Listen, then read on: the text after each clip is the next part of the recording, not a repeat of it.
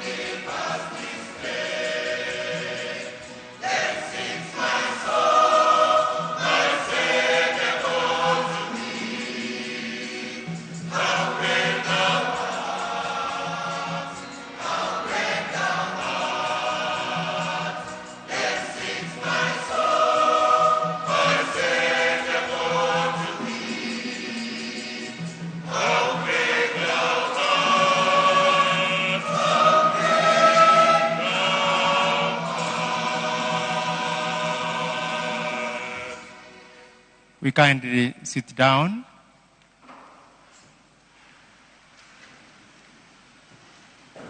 Your Grace, Metropolitan Archbishop of Nairobi, Philip Anyolo,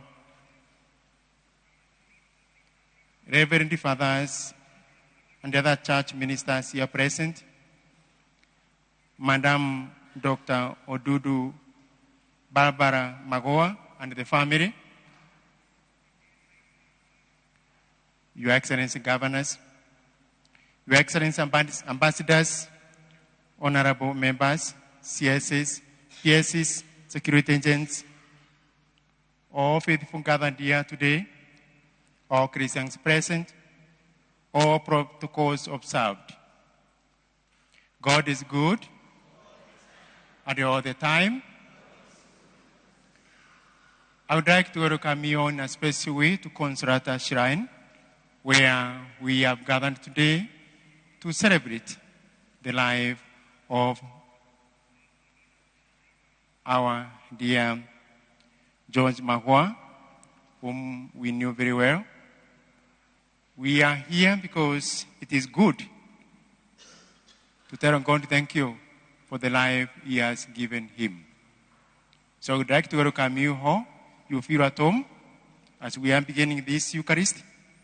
We are here with intention and one purpose of praying that our good Lord may rest his soul in peace and also for the consolation of the family. So feel welcome And at this juncture, I would like to humbly invite His Grace to lead us in prayer, and we invite you all, we stand. Welcome, Your Grace.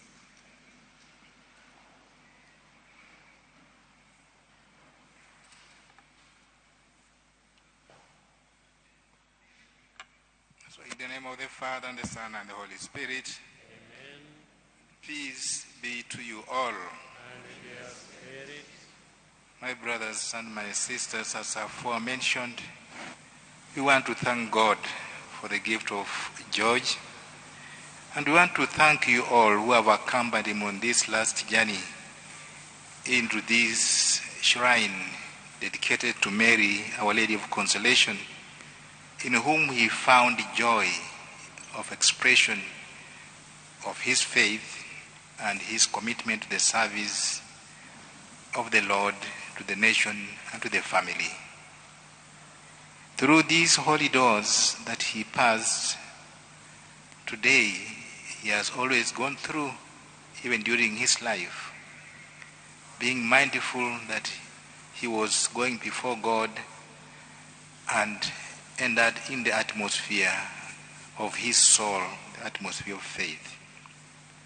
He is a man known for wonderful reputation, loved by many, and committed in doing all that is good for humanity.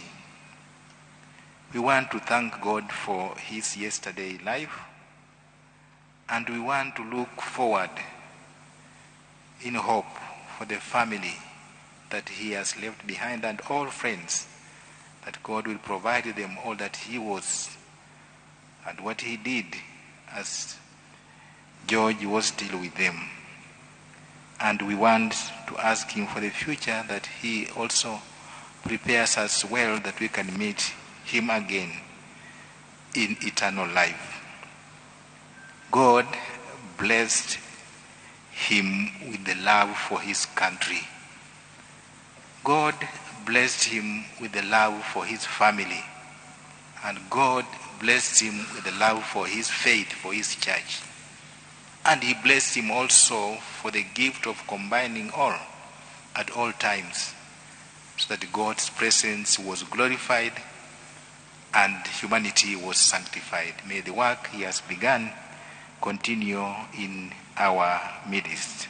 Eternal rest grant unto him, O Lord. May he rest in peace. Eternal rest grant unto him, O Lord. And may he rest in peace. Eternal rest grant unto him, O Lord. May he rest in peace. I confess to Almighty God that I have greatly sinned in my thoughts and in my words, in what I have done and what I have failed to do, through my fault, through my most grievous fault. Therefore I ask Blessed Mary, our Virgin, all the angels and saints, and you, my brothers and sisters, to pray for me to the Lord our God. May the Almighty God have mercy on us, forgive us our sins, and bring us to eternal life.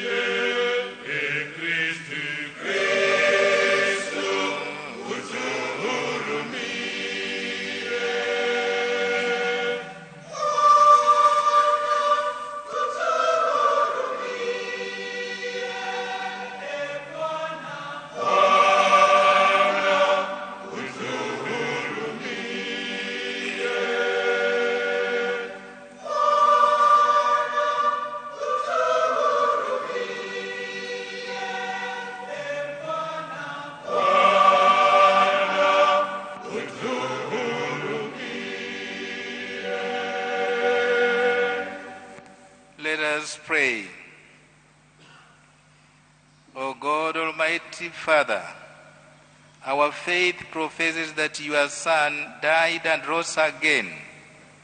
Mercifully grant that through this mystery, your servant George Magoha, who has fallen asleep in Christ, may rejoice to rise again through him, who lives and reigns with you in the unity of the Holy Spirit, one God forever and ever.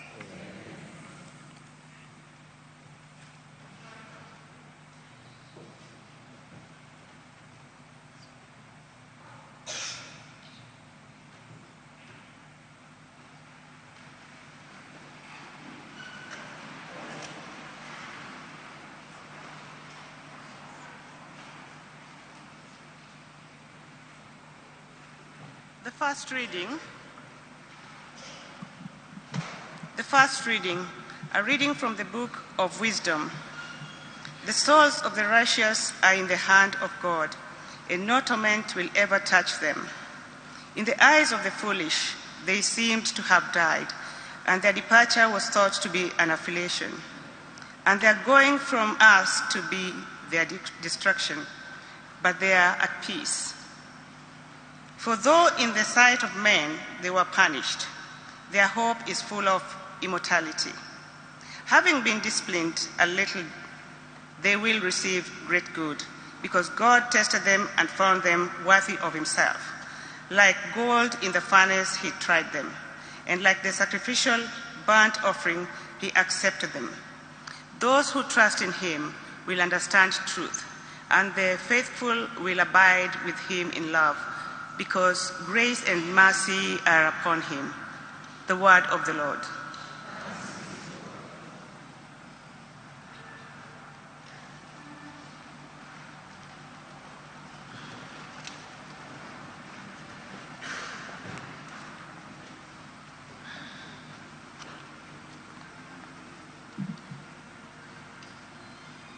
Responsorial Psalm.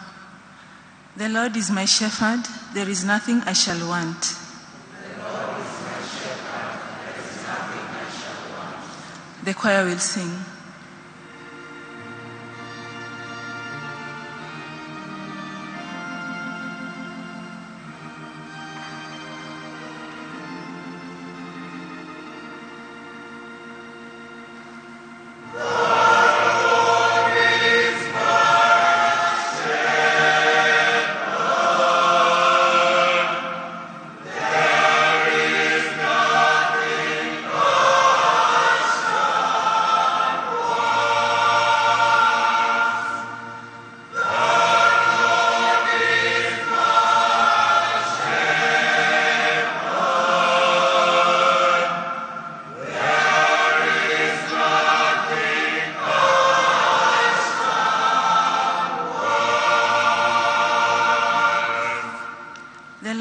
Shepherd, there is nothing I shall want.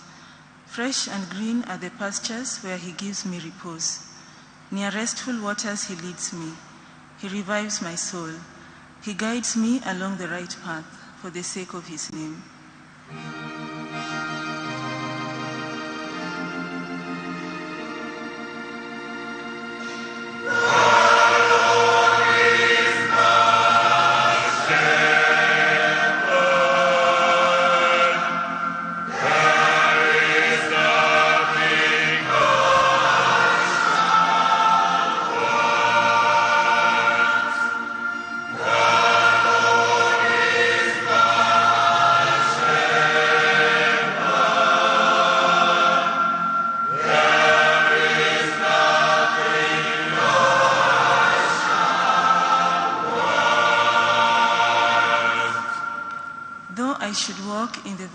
The shadow of death, no evil would I fear, for you are with me.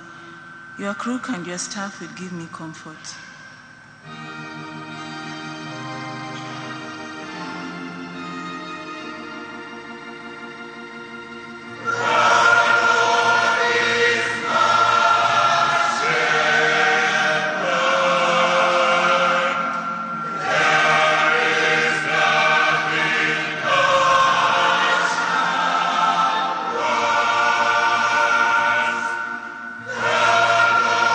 The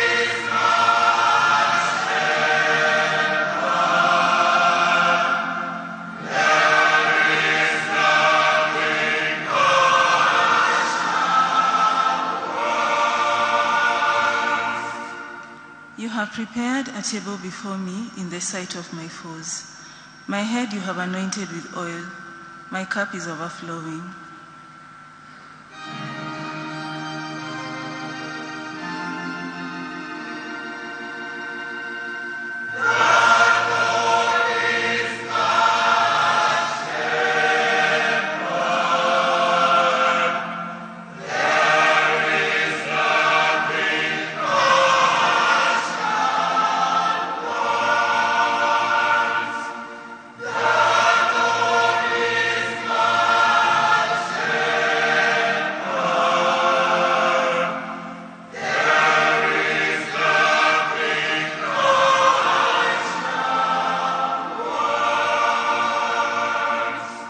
Surely goodness and mercy shall follow me all the days of my life. In the Lord's own house shall I dwell for length of days unending.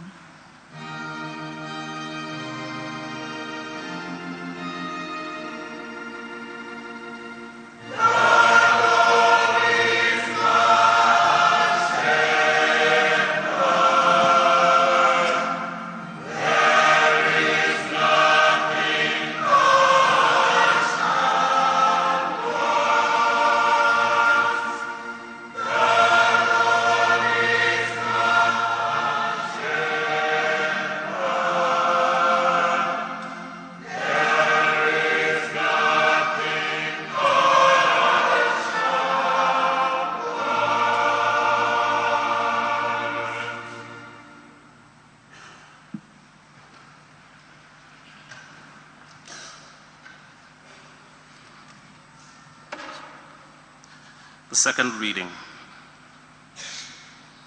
A reading from the first letter of St. Paul to the Thessalonians. We would not have you ignorant, brethren, concerning those who are asleep, that you may not grieve as others do who have no hope. For since we believe that Jesus died and rose again, even so, through Jesus, God will bring with him those who have fallen asleep. For this we declare to you by the word of the Lord, that we who are alive, who are left until the coming of the Lord, shall not precede those who have fallen asleep. For the Lord himself will descend from heaven with a cry of command, with the archangel's call, and with the sound of the trumpet of God. And the dead in Christ will rise first.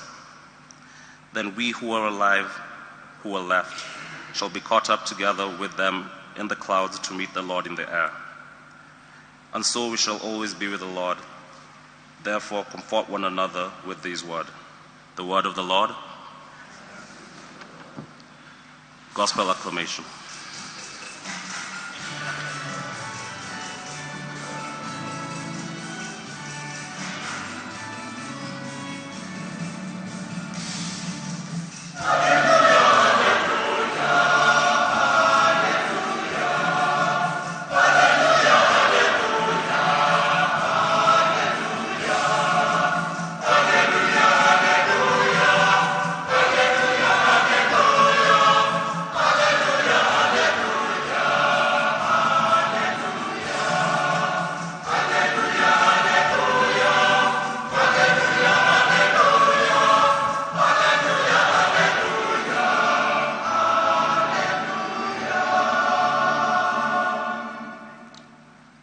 Resurrection and the life, says the Lord.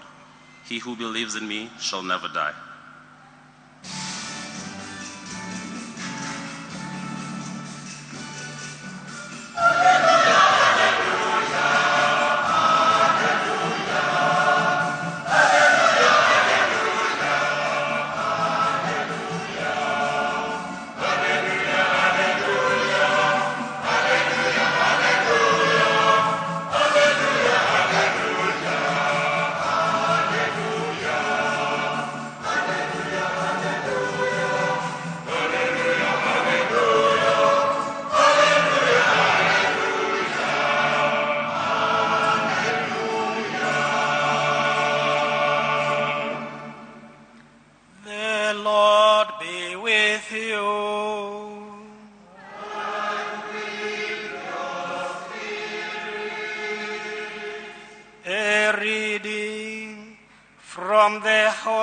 Gospel according to John.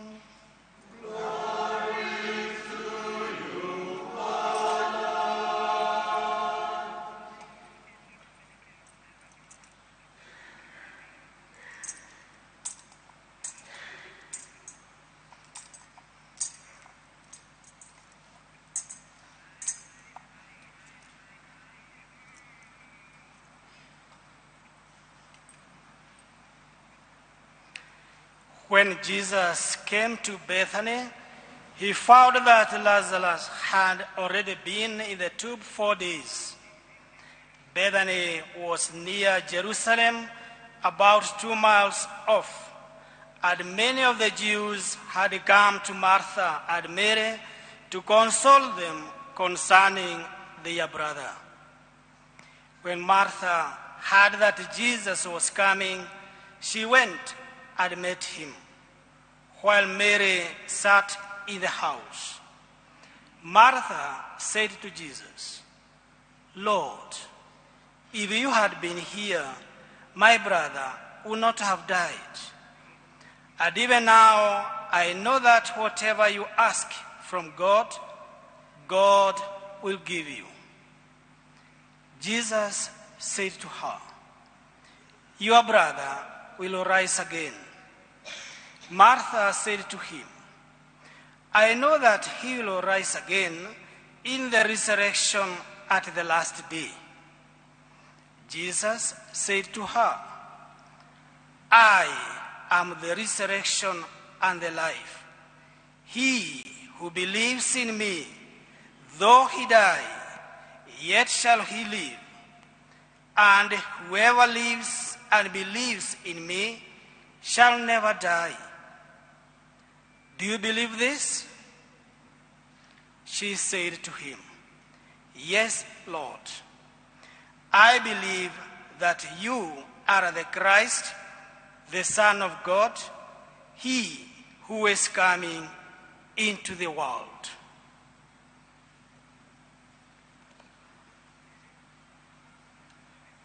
The Gospel of the Lord.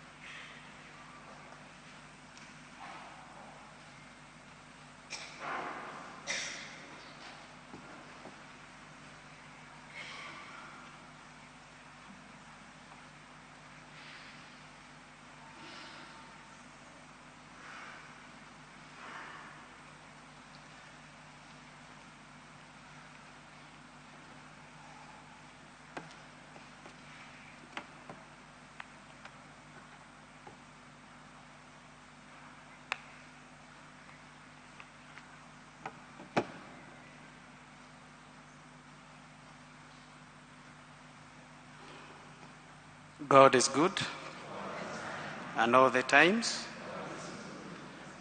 Mungu ni mwema na kila wakati. As it was clearly indicated at the beginning of this Mass, we are here to celebrate life of our dear Professor George, who was a staunch believer, a servant of God, and a servant of humanity. I welcome you, therefore, to a brief moment of reflecting the Word of God. And any time I am faced with death situation like we have, I always remember of our salvation history. And this takes me to what we refer to as Christian anthropology, which entails creation, sin, and grace. In the book of Genesis, God himself, after creation, indicated everything that he created was good. And for Adam and Eve, they were created and they were given what we call preternatural gifts. Preter means existing outside nature. And they had 4 preternatural gifts. The first one was infused knowledge. That Adam, God gave them knowledge, and Adam knew the nature of each creature when he named them, and he knew many other things without having been taught. That was infused knowledge. He was also given a preter gift of integrity. There was complete harmony within themselves. Their reason was obedient to God, and hence power under their reason were obedient. There was no war or disorder between the flesh and spirit. All other creatures were also obedient to Adam. They also had another gift of impassibility. They would not be in pain, no sickness, no suffering. The original life given by God was free of depression, sadness, and grief. The last gift that they had was a gift of immortality. There would be no death. They were not to die. They were to love God above all things and love their neighbor. When the time was right, they would be assumed into heaven, as Mary, Mother of God, was assumed. She had no sin. She is the second Eve, so she received what was given to the original Eve. In the Garden of Eden, there were 2 trees. The tree of knowledge of good and evil. And God said to Adam, "Obey me. Do not eat of the tree of knowledge of good and evil." However, Lucifer tempted Adam. He attacked him through Eve. Lucifer chose the path. Because Adam would have been seen him as a foreigner and not as a cub. But he knew Eve would do it, and Eve for sure listened to the face of the foreign angel, and lie and untruth came through Eve. Then Lucifer said to her, "You will not die. If you eat that fruit, you will become like God." Then punishment came. The other tree that was there was a tree of life. The fruit of the tree of life was to sustain their preternatural gifts, the divine and those preternatural gifts in nature. They received spiritual food from this tree. They would never die if they ate from this tree. It would sustain their participation in God's life. What happened? The disobedience of Adam changed all of this. And this is what we call sin. There was rebellion. And as you are aware, when we turn against God, everything turned against us. There was an order in creation that became disorder. Infused knowledge became ignorance. Integrity became conflict between spirit and flesh, and the lower appetites became disordered. Impassibility became pain, suffering, sadness, and grief, as we experience today. Immortality became death. What happened to Adam and Eve? They were driven out of the garden, out of paradise, away from the tree of life, through Eastern Gate, if you read Genesis chapter 3, verse 23. And what happened? The law of labor was introduced, and they had to work to survive. There was pain and suffering in life. There was unrest and division in creation. You all know this. God sent them forth from the garden, and Adam and Eve were no longer worthy to eat of the tree of life. They could not return.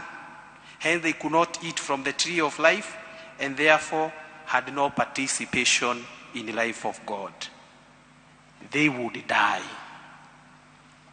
However, because of love and mercy of God comes salvation, and this is grace. Before God sent them forth, he gave them the first gospel, the first good news. He promises he will save them. And here we find the second Eve. This time we'll be obedient, and this is Mary, Mother of God, to the face of an angel, Archangel Gabriel, thus undoing Eve's disobedience. This time, through her will come truth, and that truth will be Jesus, the Son of Man, the one who will undo the fault of Adam, the second Adam, and restore us. They will be restored, but we will receive even a greater tree of life. And this tree of life is the cross, with the greater gift flowing from it. The restoration will raise them even higher than the original state they held. From the new tree of life, the cross, the Eucharist we are celebrating came, the eternal bread from heaven. Jesus promises, if you eat this bread and you drink my blood, you will have eternal life. This is a new spiritual food. From the tree of life, the new fruit. From Christ's side hanging on the cross, when he was pierced, flowed blood and water, great symbols of the Eucharist and baptism. And through this, we receive eternal life. We receive back immortality. Therefore, as we read Matthew chapter 16, verse 24 to 26, Jesus says, if anyone would come after me, let him deny himself, take up his cross, and follow me. The tree of life, that is the cross now, is the one to reinstate us back to immortality. And probably it is important to ask ourselves, what does Jesus mean when he says, take up your cross and follow me? Probably I begin by reflecting on what Jesus does not mean. Many people interpret cross as some burden they must carry in their lives, a strained relationship, a thankless job, a physical illness. With self-pitying pride, they say that this is my cross I have to carry. Such an interpretation is not what Jesus meant when he said, take up your cross and follow me. Therefore, take up your cross and follow me means being willing to die in order to follow Jesus. This is called dying to self. It is a call to absolute surrender. After each time Jesus commanded a cross bearing, he said, for whoever wants to save his life will lose it. But whoever loses his life for me will save it. What good is it for a man to gain the whole world and yet lose or forfeit his very self? This is Luke chapter 9, verse 24 to 25. This now takes us to St. Augustine of Hippo. And St. Augustine tells us, yes, God created us without us. But without us, God cannot save us. That is why me and you, we are invited to take the cross, to participate, in order for us also to achieve salvation. Today in our readings, there are three things that are coming that are demonstrating how we should always die to self. And the first one is faith. Believe in God. This is what we have heard in the gospel we have read. When the mother and Mary were in a situation like we are in, Lazarus had died, and they were in a situation of despair. Jesus is telling them, I am the resurrection and the life. The one who believes in me will live, even though they die, and whoever lives by believing me will never die. And he is asking, do you believe this? And the same question is asked to us. Do you believe this? The element of faith is so critical for us in order for us to continue dying to the self for our own salvation. And faith is a supernatural gift of God that enables us to believe God's revelation without doubting. Believing God, relying on God in every situation, which we are all manifesting here.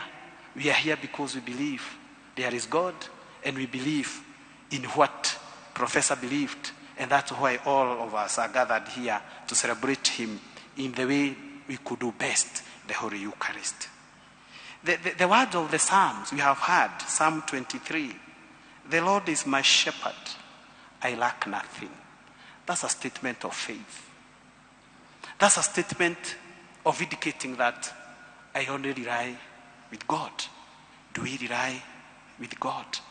Today, in our very situation, to the family of our good professor, is a total reliance of God, on God. And that's why we have heard, he makes me lie down in green pastures. He leads me beside quiet waters. He refreshes my soul. Only a person of faith can be able to declare this. Do we believe in God? Number 2, dying to self, as we get in the Gospel of St. Matthew, chapter 13, verse 14, is being the salt and the light of the world. And I read, you are the salt of the earth. But if the salt loses its saltiness, how can it be salty again? You are the light of the world. A town built on a hill cannot be hidden. And being salt and light of the world, simply put, is doing what we are supposed to do. Being a salt of the world is doing what I and me, you, are supposed to do. And the first step of doing what we are supposed to do in our life is always knowing who matters and what matters. And our good professor knew this very well. I remember times I met him, he knew who matters and what matters. I remember last year, I met with him in Mangu High School when he was inspecting classes, and His Grace asked me to go and represent him and receive him. And when he came, he greeted me and he asked me, how is the bishop? How is the cardinal? Then he told me, Father, I observe or obey 2 people. And I asked him, who? He said, first is my God, and that's why, Father, I have my rosary here. And number 2 is my president, my boss. And when I talk of God, I also respect my church. And that's why I want to know, how is my bishop? How is my cardinal? And then he asked me, is there anything further that the cardinal has been told by the president I have not done? I was not very sure. But I remember what he did. He called Jogo to ask, have we done what cardinal was promised by the president that we should do? And I am saying this because sometimes we fail because we do not know who matters and what matters. If we believe God matters, we will always listen to him. We will always follow his decree. We will always follow his statute. I also say this because Professor was also salt and light of the world. I remember, I think 2016, 2017, we were in the Catholic University National Conference for Catholic Principles. And that is the time he was made the chairman of Kenya National Examination Council. And when he was addressing us, he said that I am a professor, a surgeon, of international repute. But I went to a good school, Starehe. But I got grades that are normal. I got A's, I got B's, I got C's. But this nonsense of today, every student getting A's must stop. God is good. We all know what happened. It stopped. because he was right, and he was able to stand and say, even these boys and girls, yes, they work hard, but we worked harder. The nonsense that I'm quoting him of getting A's all over must stop, because he accepted to do what he was supposed to do. As we say, we are invited to be salt of the earth. Mother Teresa is also giving us some tips. And she's saying, it doesn't matter, even if it is a drop you will put in the ocean of charity, it will make a difference. She also tells us, if you judge people, you have no time to love them. Kind words can be short, easy, but their echoes are truly endless. She also reminds us that let us live simply so that others may simply live. And she also reminds us that there is more hunger for love in the world than there is for bread. We focus more on bread. What about love to our neighbor? She also says, I prefer you make mistake in kindness than work miracles in unkindness. It is not how much you give, but how much love you put into the giving. We are not called to be successful. We are called to be faithful. Jesus also crowns this by saying, love one another. He did not say, love the whole world. Christ is telling us to love our neighbor. This is doing what we ought to do. And in so doing then, Winston Churchill reminds us that you have enemies, good. That means you have stood up for something, some time in your life. In doing what we are supposed to do, we will have enemies. And that's why it is important even sometimes to ask people. I asked them this question, I think on Sunday. How many of us this month have encountered the devil? Of course, I was asking a congregation, and nobody indicated that that had happened. I asked them, how many of you have met God? Few did. Then I asked the rest, whom have you met? But it is said, if you have not met the devil in your life journey, probably you are walking with him in the same direction. That's why the devil had to meet Adam, because we are not in the same direction. And if you are walking with me, how can you meet me? So sometimes you are very happy, nothing challenging is coming your way. Don't be happy. You may be walking with the devil. God is good. But if you meet God in your journey, then it means you are walking in different direction with God. Don't be happy when you meet God, because you should walk in God. You should operate in him, through him, and with him. Finally, there is the issue of humility. Doing what we are supposed to do, we cannot do it without humility. And that's why the word humility comes from the Latin word humus, which means fertile soil.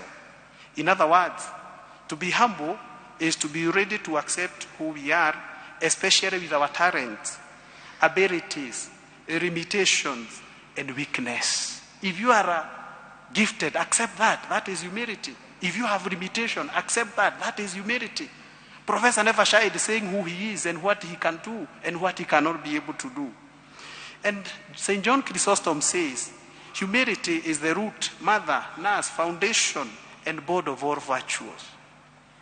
And as a rule, they say, the moment you recognize you are humble, you lose humility. God is good. If you hear someone say, you know, I'm humble, that person is not humble. You cannot recognize your humility. Others ought to.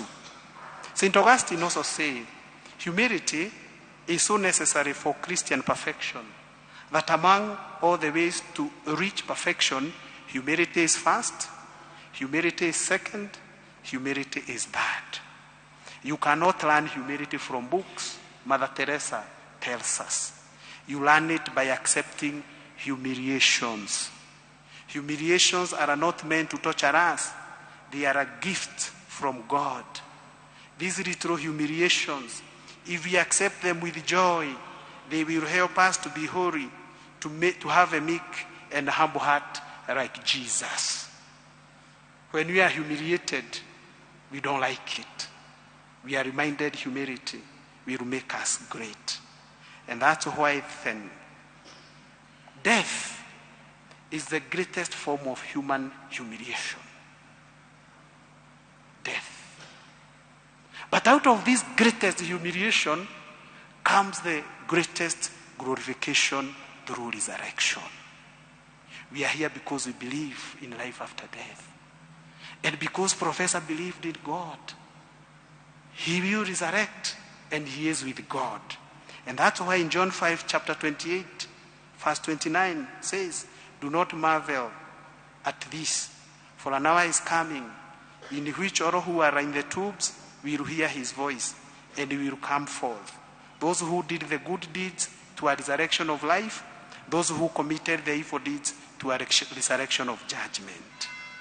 Therefore, let us always have faith in God, always do what we are supposed to do, and always remain humble.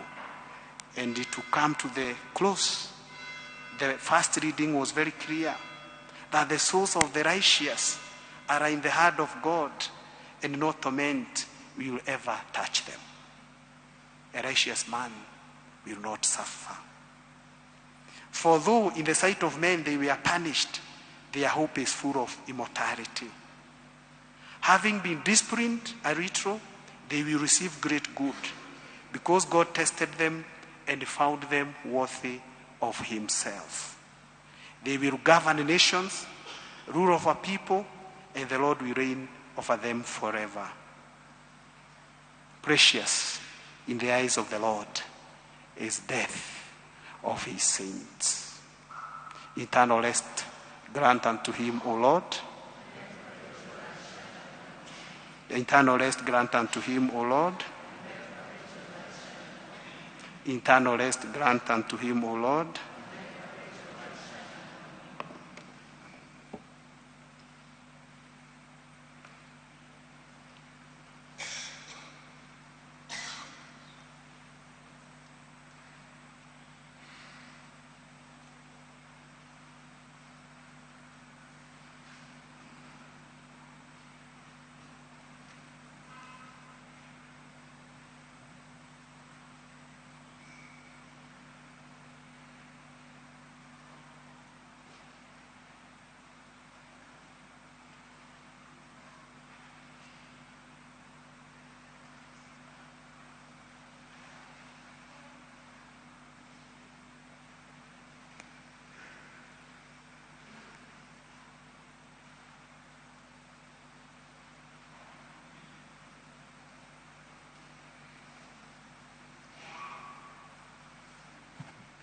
We can rise for the prayers of the faithful.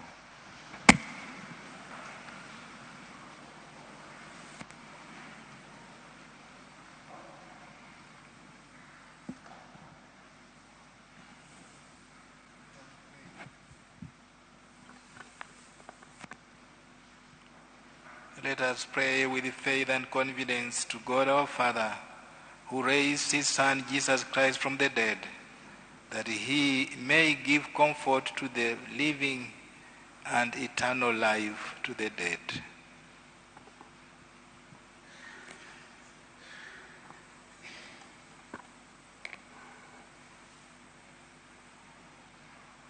For our departed brother, may our brother George, who received the grace of baptism, reap its full fruits, as he enjoys the vision of God in the happiness of eternal life. Lord, have mercy.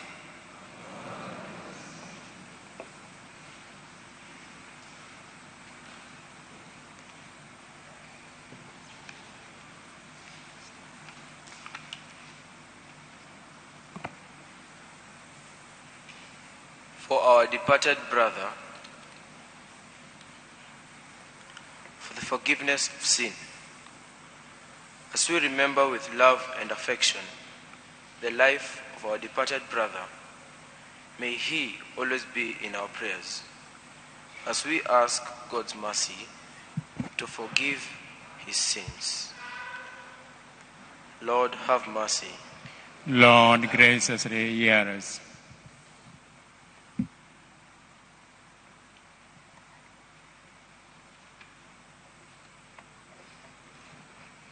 For those who are left to mourn their loss, may they be thinking today not of the darkness of death, but of the brightness of the resurrection, and the day when they will meet again their brother whom they have lost a while.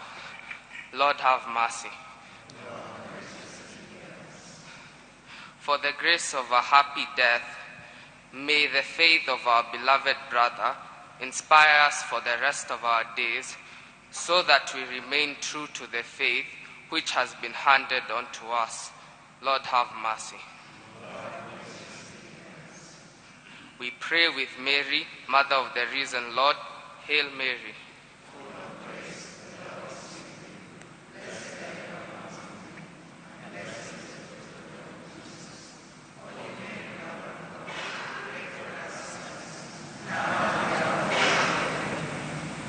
In the silence of our minds and hearts, we pray for our own needs to our loving Father.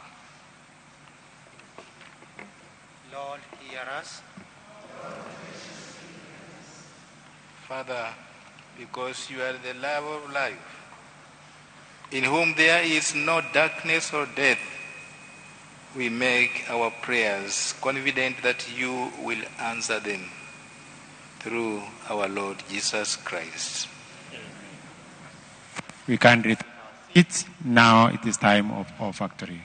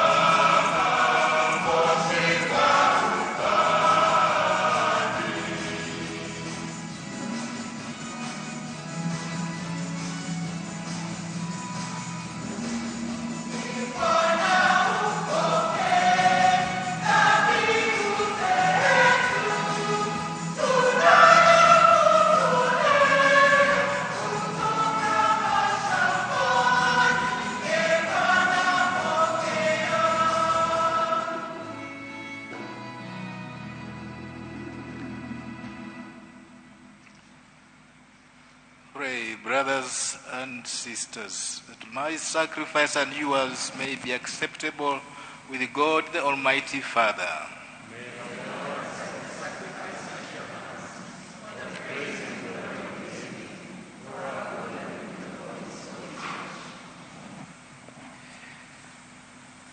As we humbly present to you these sacrificial offerings, O Lord, for the salvation of your servant George Magoha, we beseech your mercy that he who did not doubt your Son to be a loving Savior may find in him a merciful Judge, who lives and reigns with you in unity of the Holy Spirit forever and ever.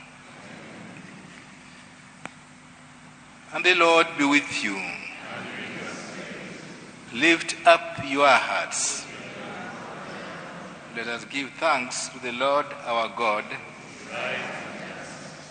It is truly right and just, our duty and our salvation always and everywhere, to give you thanks, Lord, Holy Father, Almighty and eternal God, through Christ our Lord. For as one alone he accepted death, so that we might all escape from dying. As one man he chose to die, so that in your sight we all might live forever. And so in company with the choirs of angels, we praise you, and with joy we proclaim.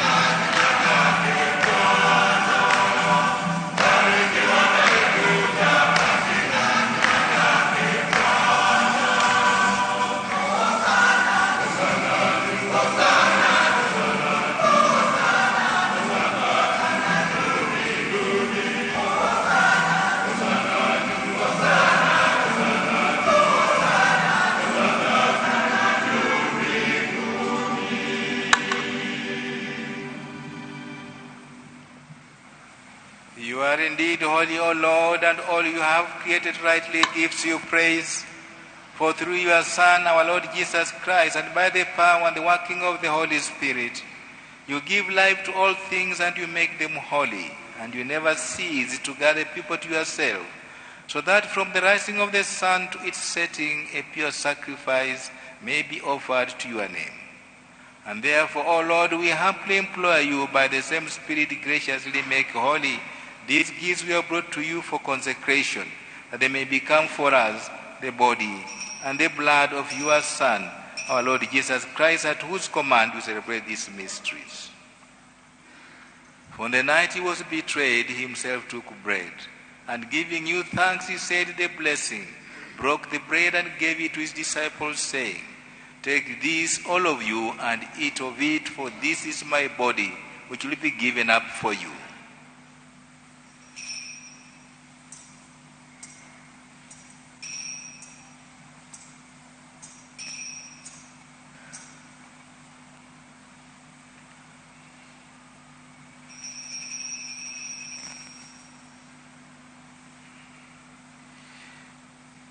In a similar way, when supper was ended, he took the chalice, and giving you thanks, he said the blessing, and gave the chalice to his disciples, saying, "Take this, all of you, and drink from it, for this is the chalice of my blood, the blood of the new and eternal covenant, which will be poured out for you and for many for forgiveness of sins. Do this in memory of me.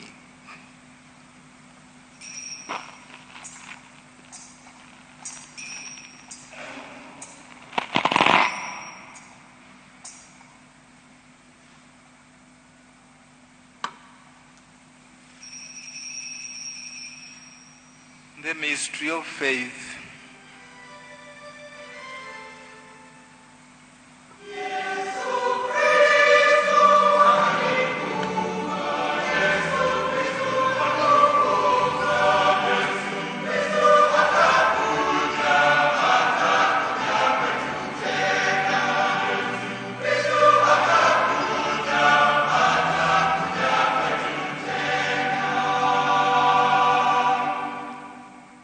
Therefore, O Lord, as we celebrate the memorial of the saving passion of your Son, his wondrous resurrection and ascension into heaven, and as we look forward to his second coming, we offer in thanksgiving this holy and living sacrifice.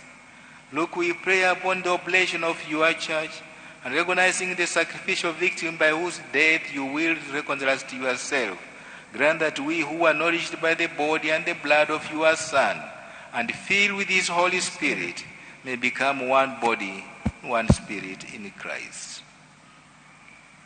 May he make us an eternal offering to you, so that we may obtain an inheritance with your elect, especially the most blessed Virgin Mary, Mother of God, with your blessed apostles and glorious martyrs,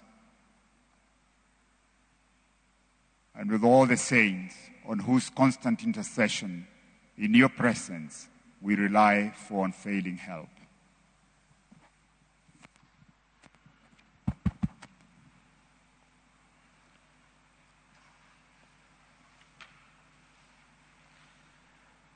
May this sacrifice of our reconciliation, we pray, O Lord, advance the peace and salvation of all the world. Be pleased to confirm in faith and charity your pilgrim church on earth, with your servant Francis, our Pope, and Philip, our Bishop, the order of bishops, all the clergy, and the entire people you have gained for your own. Listen graciously to the prayers of this family, whom you have summoned before you. In your compassion, O merciful Father, gather to yourself all your children scattered throughout the world. Remember your servant George Mahua, whom you called from this world to yourself. Grant that he who was united with your Son in death like his may also be one with him in his resurrection. When from the earth he will raise up in the flesh those who have died, and transform our lowly body after the pattern of his own glorious body. To our departed brothers and sisters too, and to all who are pleasing to you at their passing from this life, grant kind admittance to your kingdom. There we hope to enjoy forever the fullness of your glory, when you will wipe away every tear from our eyes. For seeing you, our God, as you are, we shall be like you for all ages, and praise you without end. Through Christ our Lord, through whom you bestow in the world all that is good.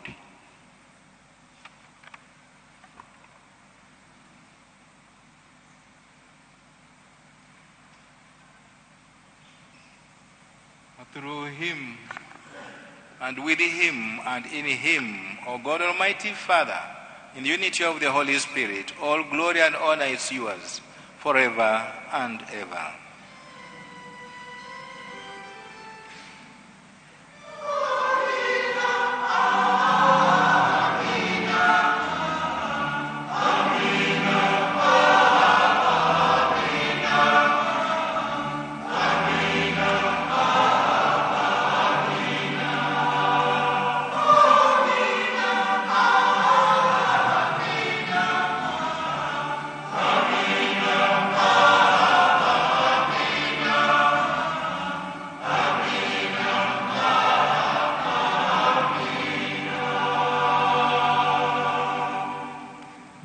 Savior's command and formed by the divine teaching, we dare to say, Our Father, who art in heaven, hallowed be your name.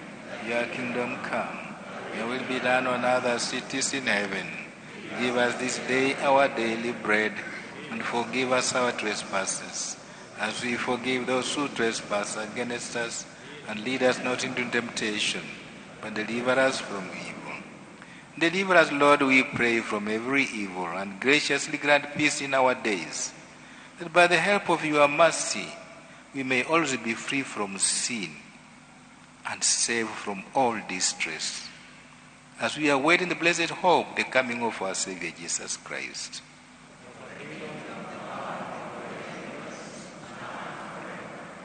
And you, Lord Jesus Christ, who said to your apostles, Peace I leave you, my peace I give you. Look not on our sins, but on the faith of your church, and graciously grant her peace and unity in according to your will, who live and reign forever and ever. Amen.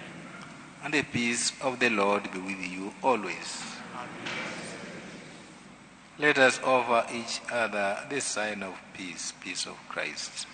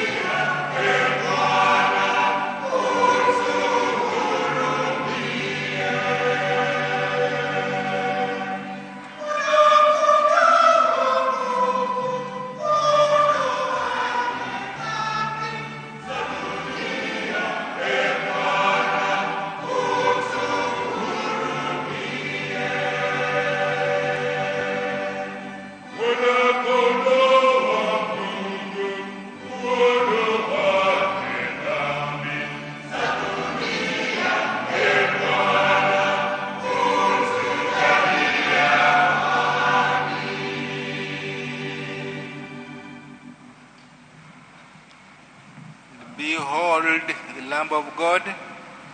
Behold him who takes away the sins of the world. Blessed are those called to the supper of the Lamb.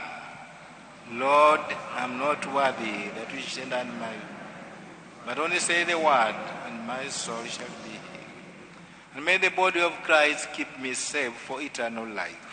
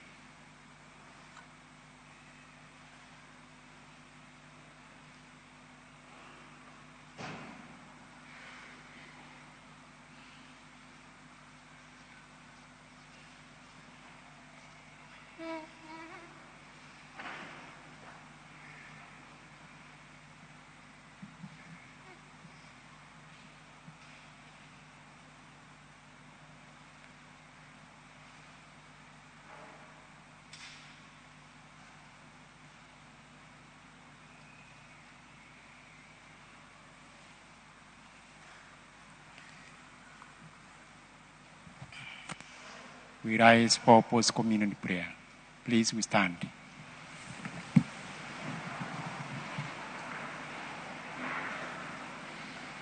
Let us pray.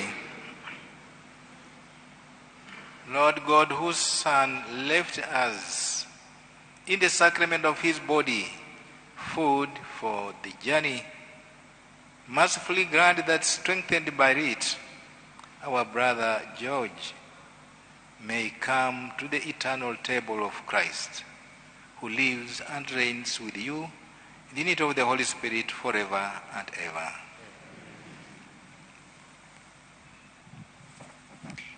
We kindly sit down. God is good, and all the time. Yes, our God is great. Even during this time of mourning, we are able to say that God is good, and we will continue seeing his goodness in our life. At this juncture, we have now finished the first part of our Eucharistic celebration. Now we are going to the second part.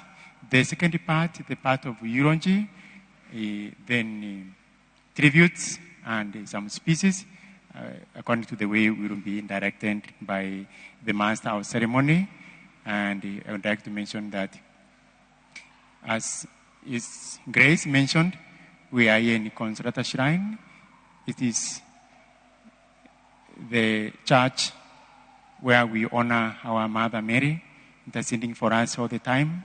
So it is the place where we come to seek our relationship with God.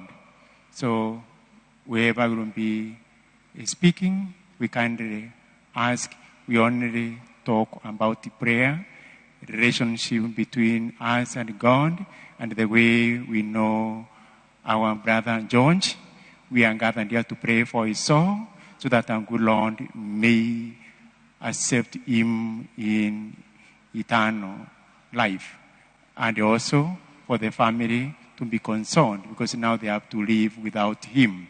And of course, even as our friends and those who knew him, it is really the gap, is a void in us which cannot be filled by anybody. So now this particular time, I would like to invite the one who is rendering eulogy. Then from there, the master of ceremony or the master of ceremony will take over. So kindly, the one is rendering eulogy, you will take that podium over there, and then we proceed in that order. Welcome.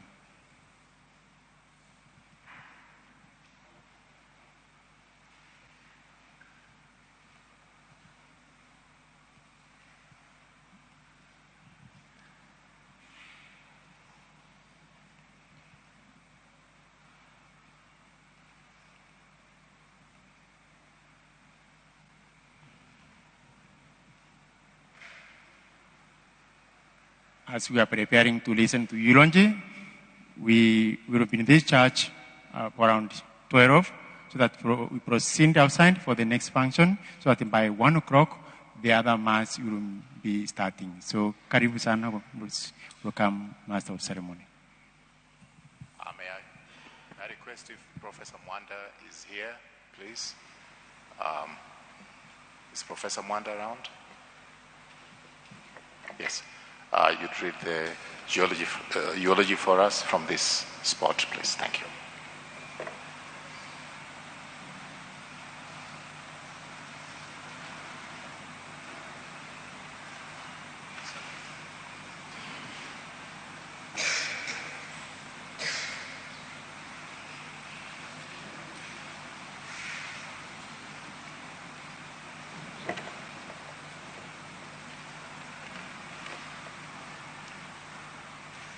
It is my honor to say something about Professor Albert Omore Magoha.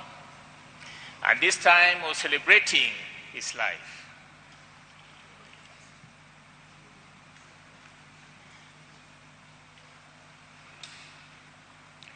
As friends,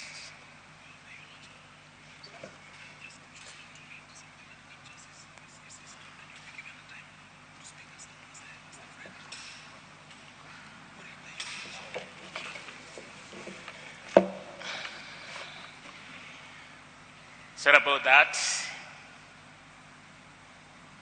The brazen, gentle giant who loved family and his country.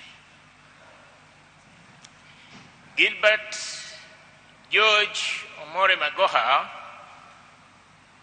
was a legendary academic surgeon, an administrator, an educator, and public servant.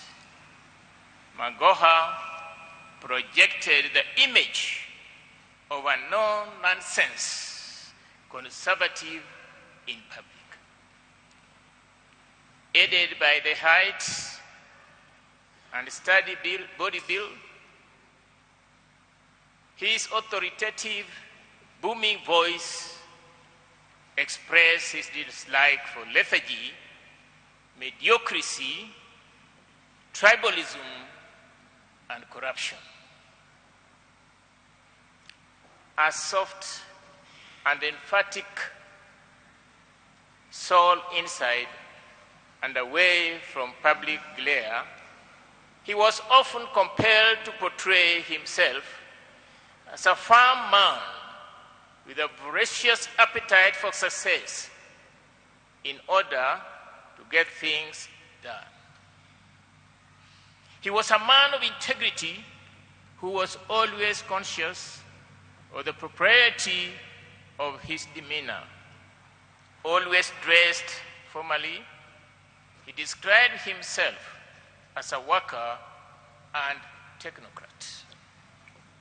His life was undergirded by a strong belief in the power and potential of the triad of health, education, and faith, and not necessarily in that order.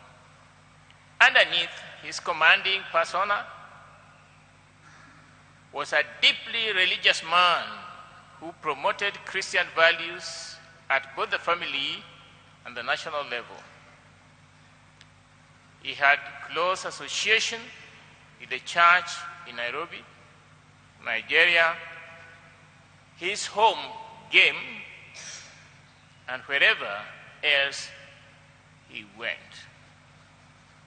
He even prayed in the office. The word God is good all the time was always in his mouth. This is one scientist who loved to quote the Bible and kept reminding his colleagues that he was doing God's work. He contributed to church fundraisers and helped to build many churches. He also never shielded away from cracking jokes during his numerous public appearances, but was reluctant to laugh to his own jokes, which further fueled his no-nonsense demeanor. Professor Magoha believed that education could change people's lives. It is no surprise that his academic life towers over his medical practice, although the two were always intertwined. He taught medicine for several years, beginning at the junior level and rising to the very top, a full professor of medicine with a specialty in urology that he used to say, "Let the waters flow." And leaving a track record of enviable path, breaking research in a branch of medicine known as urology, before assuming the helm of Kenya's education docket as the Cabinet Secretary for Education. That was the present giant who loved the family and the country.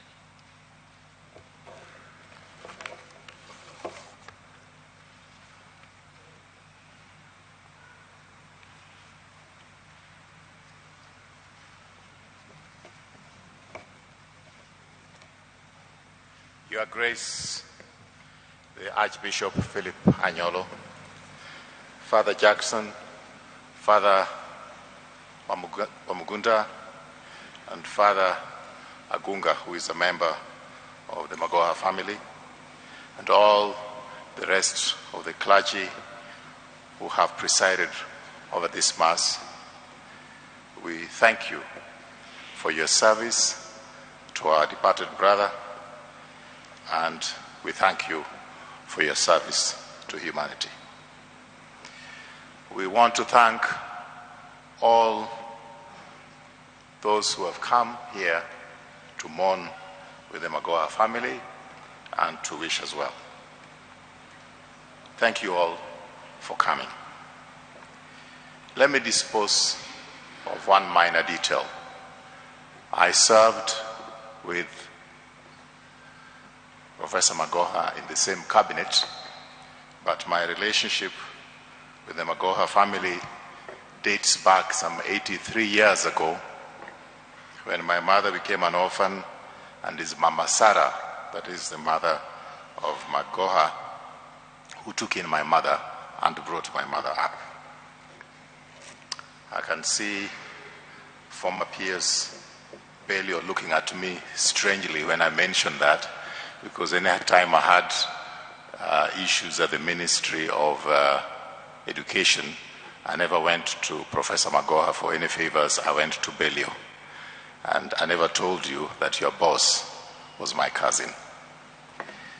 Don't think that even Dr. Former head of public service, Dr. Kinyua, knew that. And I'm glad you didn't know, because maybe you would not have appointed him CS, because you would not have accepted a situation in which two cousins serve in the same cabinet.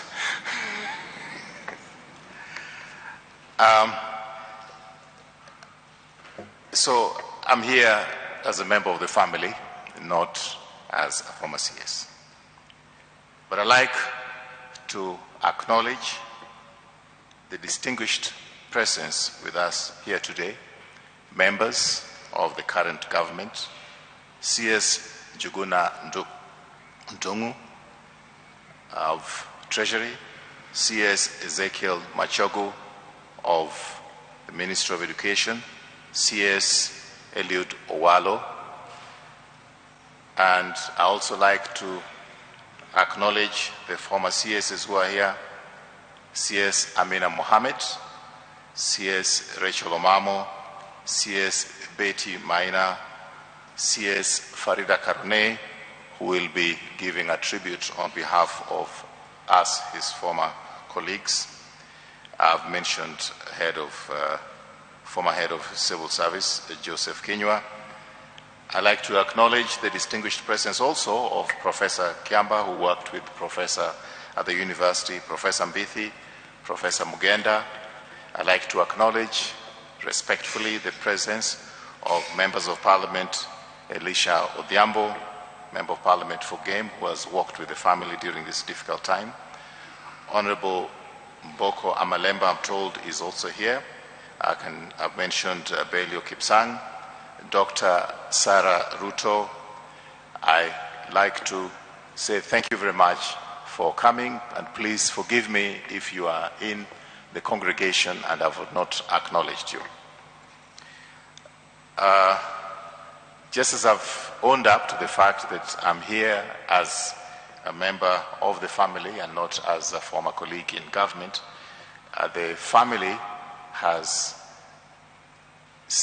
decided and requested most politely that on this occasion we keep the service dignified and that there will be no politics in our encounter in this church today. Please bear with us as a family, because it has been difficult. In 2021, we buried again one of the brothers of Professor Magoha, and it was a twin funeral in 2021 in January. It was a twin funeral. It was Arnold Agunga and his daughter, Dr. Magoha, and they are buried on the same day. On the day before Professor's death, I was at his house discussing the details of the funeral of Professor Nyabera, his brother, who died in the United States. And in some strange way, he said, Raphael, we are losing and burying our younger brothers, because he referred to the fact that I also buried my younger brother and he was there for me. And he said, we should be ready, because our time can come anytime. A day later, he had passed on. On the day that he passed on, that evening he was supposed to go and receive the body of his brother Nyabera, only for his brother's body to arrive when he was in the same mortuary. So we have gone through a difficult time. So bear with us, please. No politics. Having said that, I like to say that we must give chance to those who are in this program, but I want to request that please make your statement in 3 minutes or less, because this church has been very kind to us. This program has to end by 12 noon. There was another program which was pushed just to accommodate us. We thank the church most sincerely, and we should obey the time limits. Because there are many people on the program, as you have seen, I'm requesting that when you come here, you will keep it as short as possible. So, without any further ado, I'd like to request the representative of the Sagas, Dr. Jegere. Thank you very much, sir.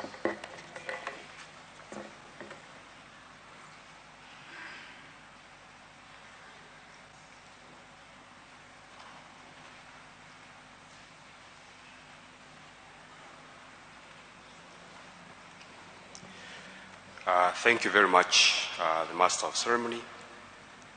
In the interest of time, allow me not to go through the protocols as they have already been done.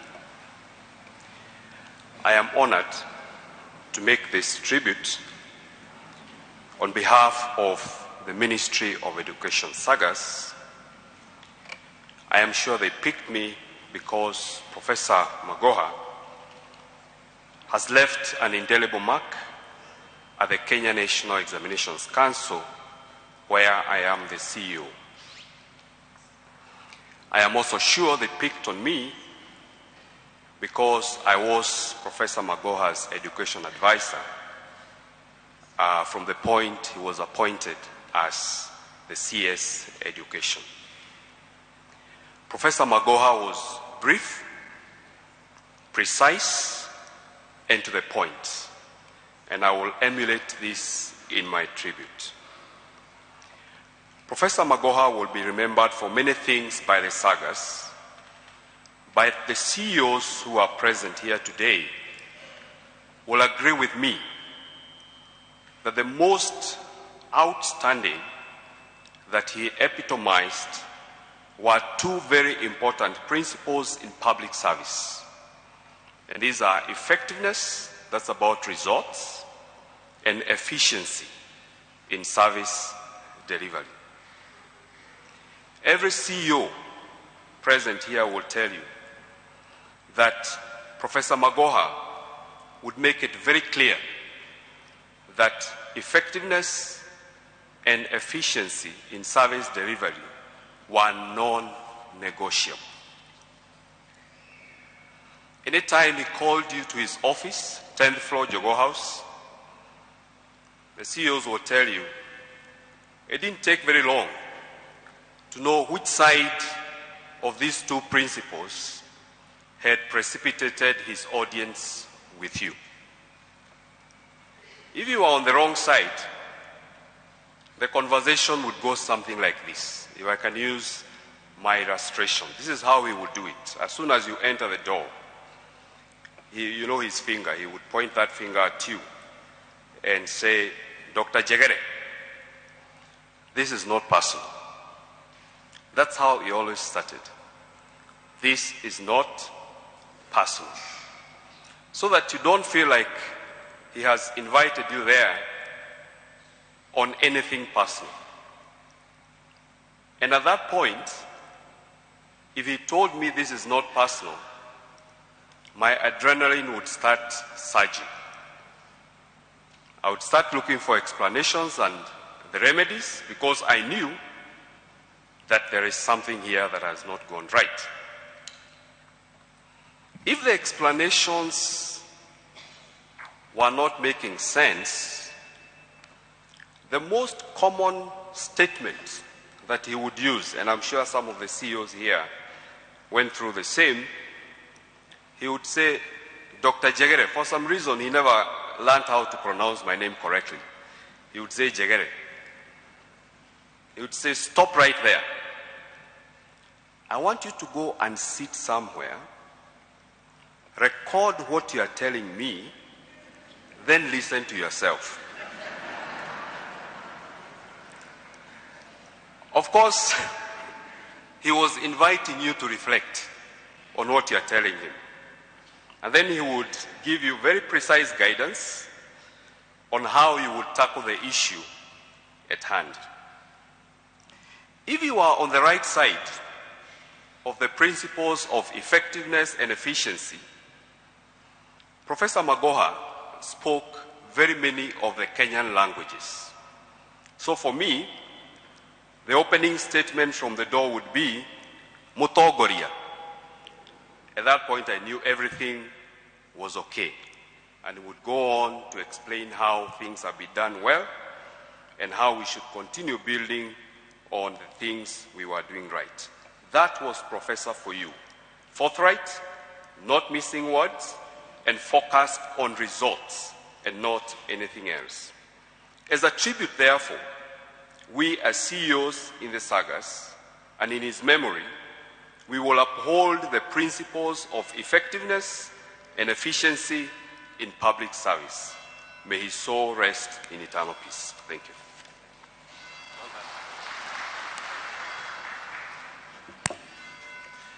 That's excellent. He kept it short, to the point, and I hope that he sets the pace for the rest of us.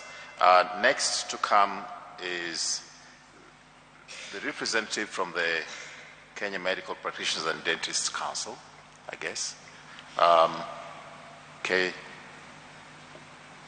KMPDC, who is that? And that person gets ready. We have also the representative of the University of Nairobi. Next will be Maseno University representative.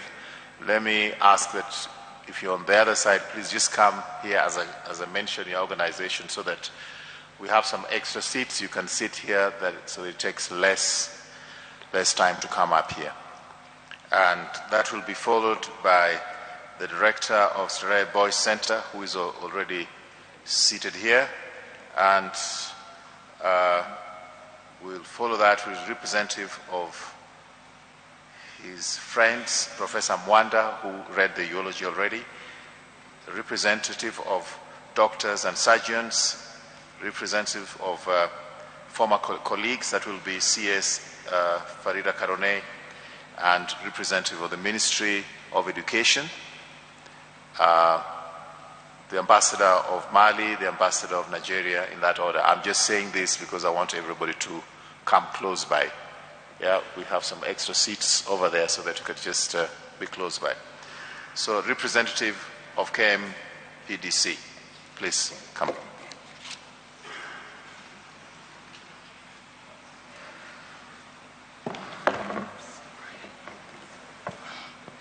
Well, morning, everyone. Dr. David Kariuki, representing the Kenya Medical Practitioners and Dentists Council, that I had a direct interaction with Professor George Magoha for more than 30 years. He was firm but kind to us. Firm because he said, as a student, he wants the day he will require to be served by you, you will know what you are doing. So he didn't care about how he treated you then, but he was very considerate. We all knew him in our own ways. Some as a driver without a reverse gear. Once he decides to move, he doesn't see a wall. For the 30 years, he has made remarkable contribution and service to the Kenyan health sector. It was with shock that we received information that Professor George was no longer with us. Very distinguished, he led our council through a period of incredible growth and strengthened our influence in medical regulation across our country, the East African community, and Africa. He was first registered at the council as a specialist medical practitioner, surgeon, in the year 1988, upon his return from studies in Nigeria and elsewhere. We then registered him as a subspecialist urologist in the year 2004. Beyond being a licensed specialist practitioner, an astute scholar, and a teacher of medicine, between 2000 and the year 2019, Professor contributed his own personal knowledge and administrative expertise. For 10 years, one as a member of the council, which was called a board then, and a further 9 years as a chairman of the board. Professor won his first election, not a political one, a professional election, to serve on the board of the Kenya Medical Practitioners Council, because those days, doctors used to elect somebody they think is going to advance their concerns, and Professor was elected for that.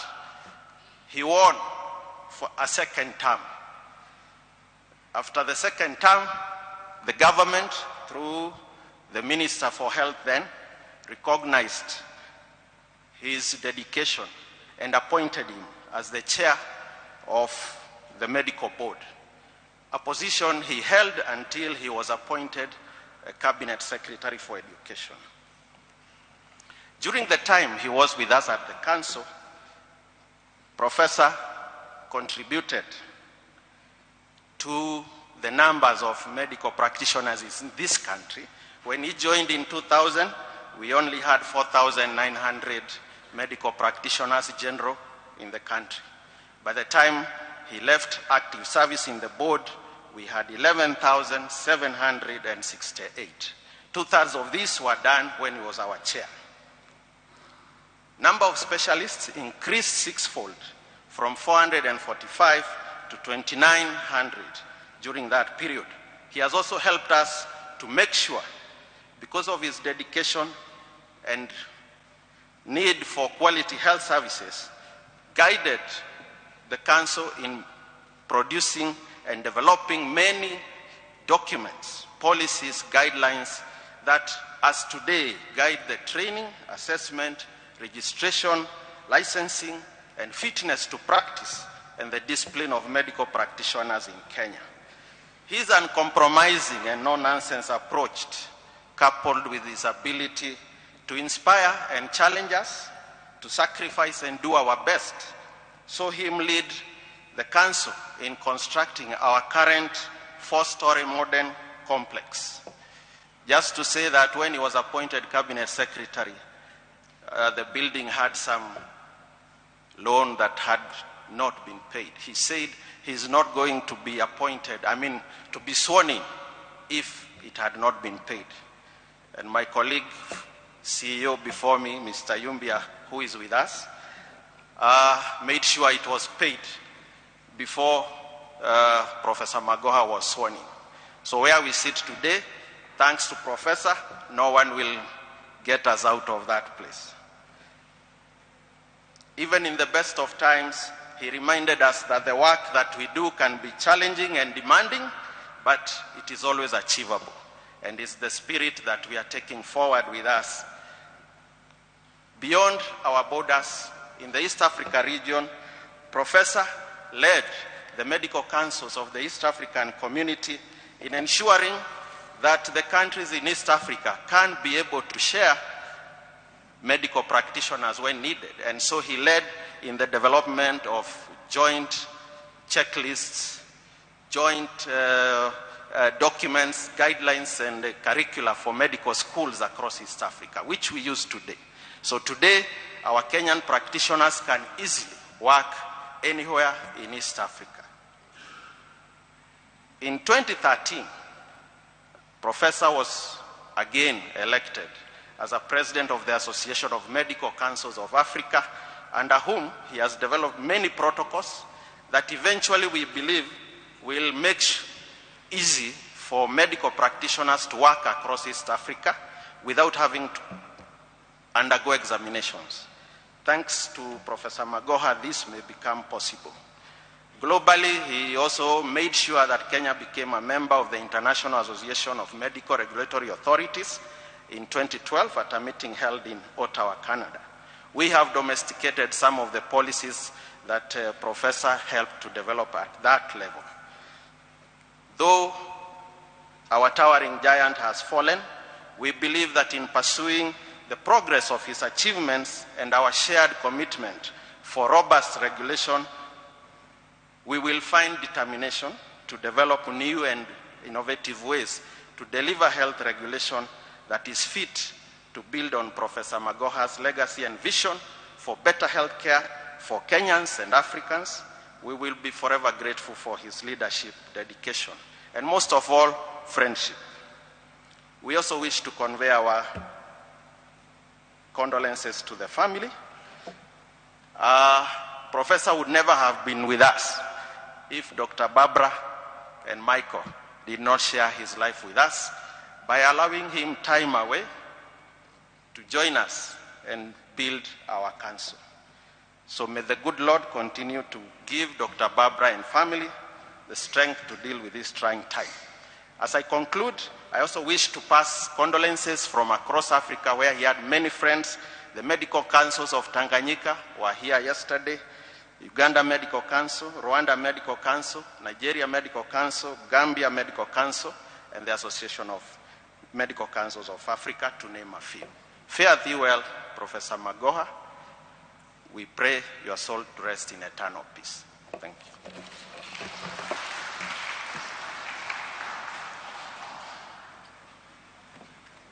Yeah, I do have the honor now of inviting the representative of the University of Nairobi, but before I do that, I just want to acknowledge the presence, the distinguished presence in our midst of Honorable Meli, Member of Parliament for Tinderet. Thank you, sir, for sparing the moment to be with us here today, and the great Member of Parliament, Beatrice Ilachi. I've also noticed the presence of former PSs, Julius Nkuli, Dr. Desai, and Dr. Yuan. Thank you very much. University of Nairobi. Okay. Professor Were will be speaking on behalf of the council. Yeah? Okay.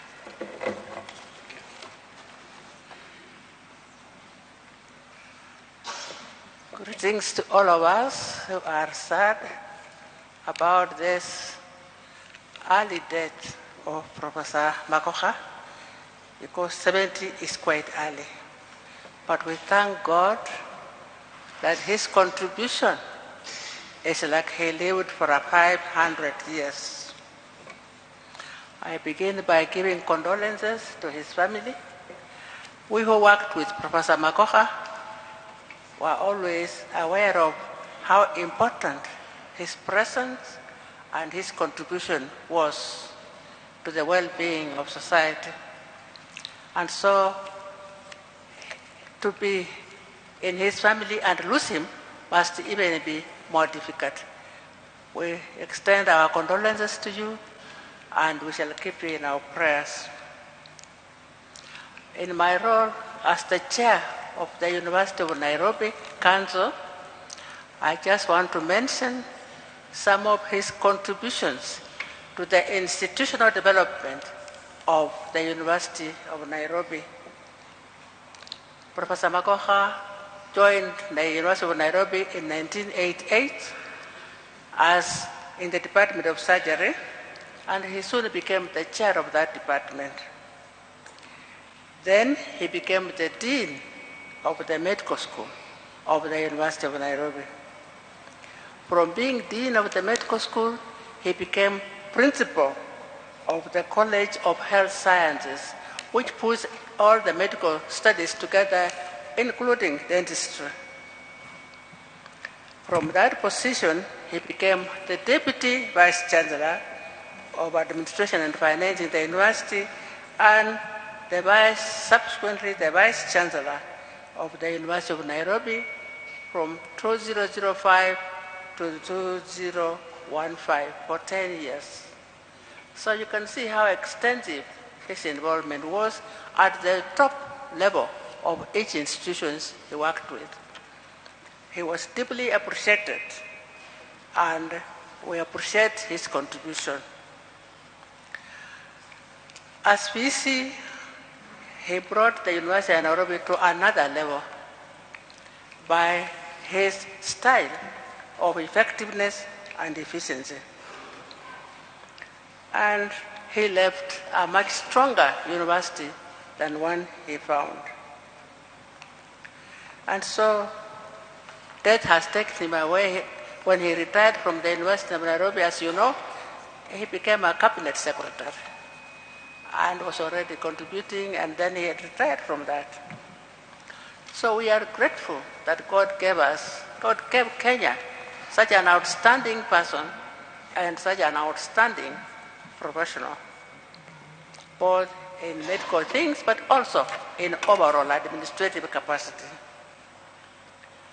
We pray for his family, that God will keep them well, and for all his colleagues, that God will keep the work that he was involved in going. And may the Lord God Almighty bless and rest his soul in eternal peace. Thank you.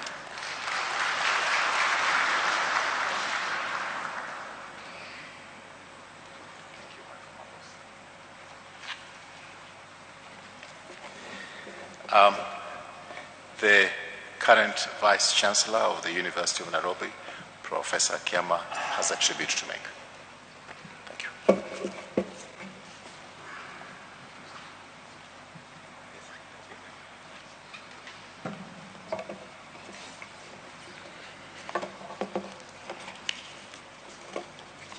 To the family of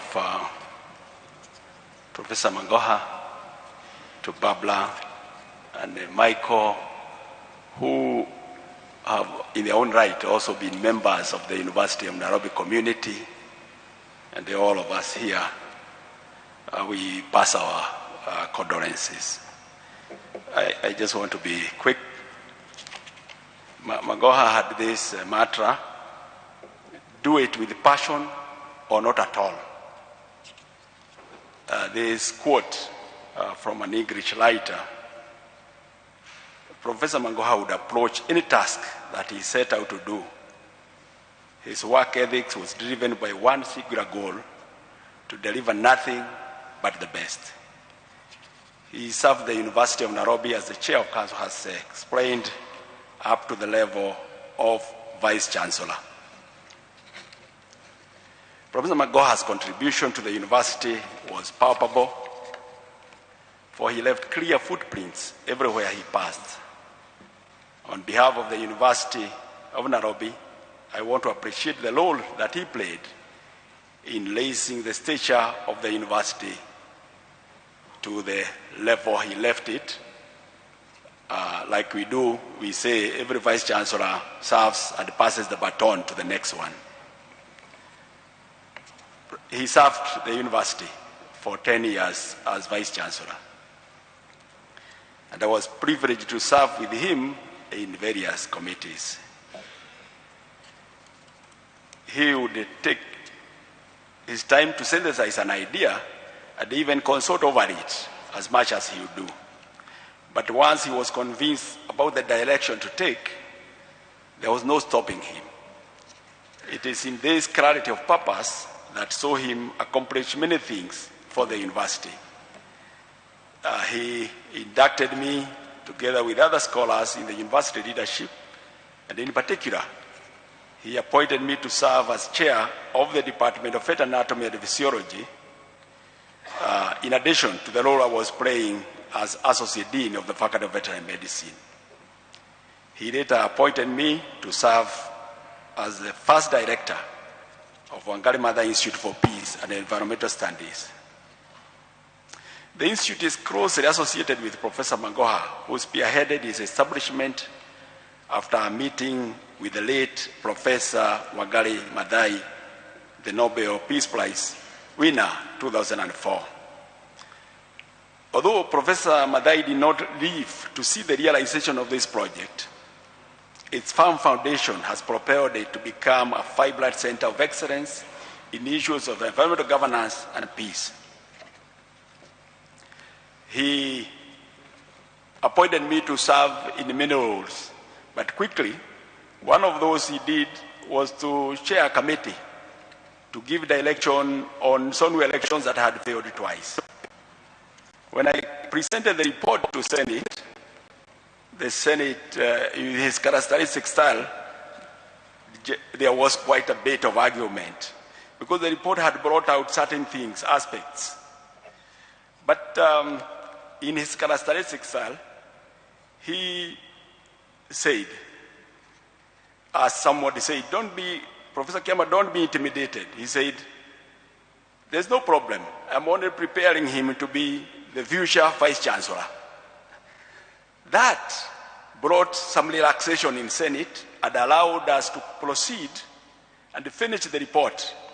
And that anchored the direction the Senate took under that leadership, anchored the student leadership for many years. Ladies and gentlemen, we can say many things about Professor Magoha, but it all boils down to work, service, and sacrifice. Certainly, he has left the world a better place than he found it. Thank you, and God bless you.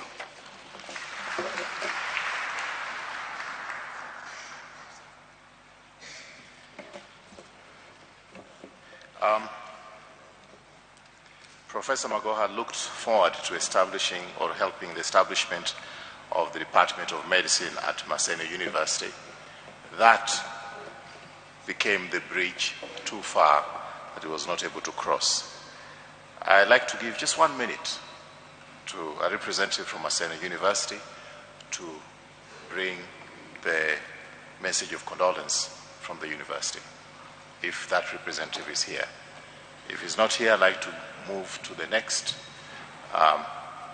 person in the agenda, and that is the director of Starehe Boys Center. The Starehe Boys Center was very dear to Professor Magoha. He was an alumni of the school. And may I take this opportunity to invite Dr. Josephat Mwaura. Thank you, sir.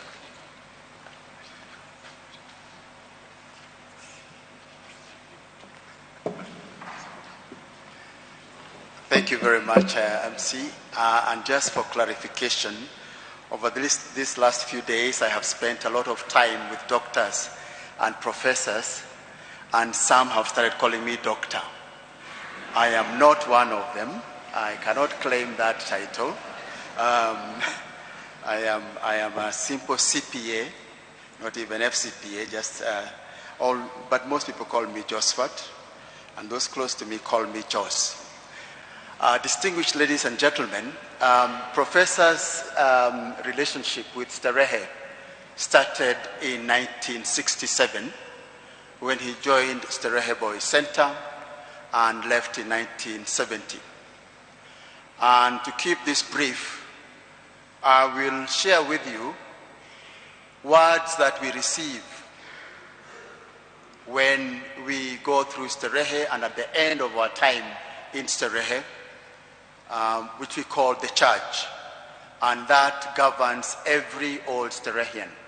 And I have the permission of the MC to speak after me briefly on Old Starehians, the patron of the Old Starehian Society, which comprises all old boys of the center and ladies of Starehe Girls Center. The Honorable Peter Kenneth will speak after me. So these are the words that Professor went through when he left Starehe in 1970. I charge you never to forget the great benefit you have received in this place. And in time to come, according to your means, to do all that you can to enable others to enjoy the same advantage. And remember that you carry with you, wherever you go, the good name of Starehe. May God Almighty bless you in your ways and keep in you the knowledge of his love now and forever. Those are the words we are discharged from Starehe with. And I will say 4 things. 1, that Professor Magoha benefited from Starehe is not in doubt. He has reminded us at every occasion. 2, that Professor Magoha did everything within his power to enable others to enjoy the same advantage is also self-evident. He has been a great supporter of Starehe. In fact, in words he spoke in Mombasa on the 19th of November 2018, he said, "I will give my last drop of blood to Starehe." And 3, that Professor Magoha carried with him, wherever he went, the good name of Starehe. His exemplification of the values that defined him in Starehe, again, is self-evident. And lastly, that the man was blessed. Everything he touched turned to gold. And as we have heard from the reading, that if you are disciplined, you will be blessed. Prof was disciplined, and he reminded us, those of us in the center now, that all we must do. In his time in 1967, Starehe was not an academic giant, but was a place of shaping character. And all we must do is focus on our character, and everything else shall be given unto us. May the Lord rest his soul in eternal peace.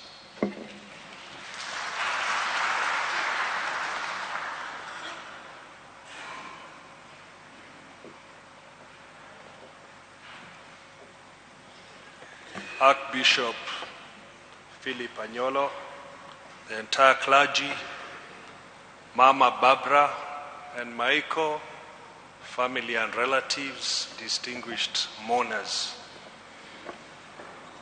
We learned from school those days under Dr. Griffin to go by what the director says. So I think the director conspired with another old boy who is the MC, that because in another forum they are all under me, I should say something. So perhaps let me start by acknowledging the entire Starehe fraternity, both boys and girls, alumni, to stand up wherever you are. Please.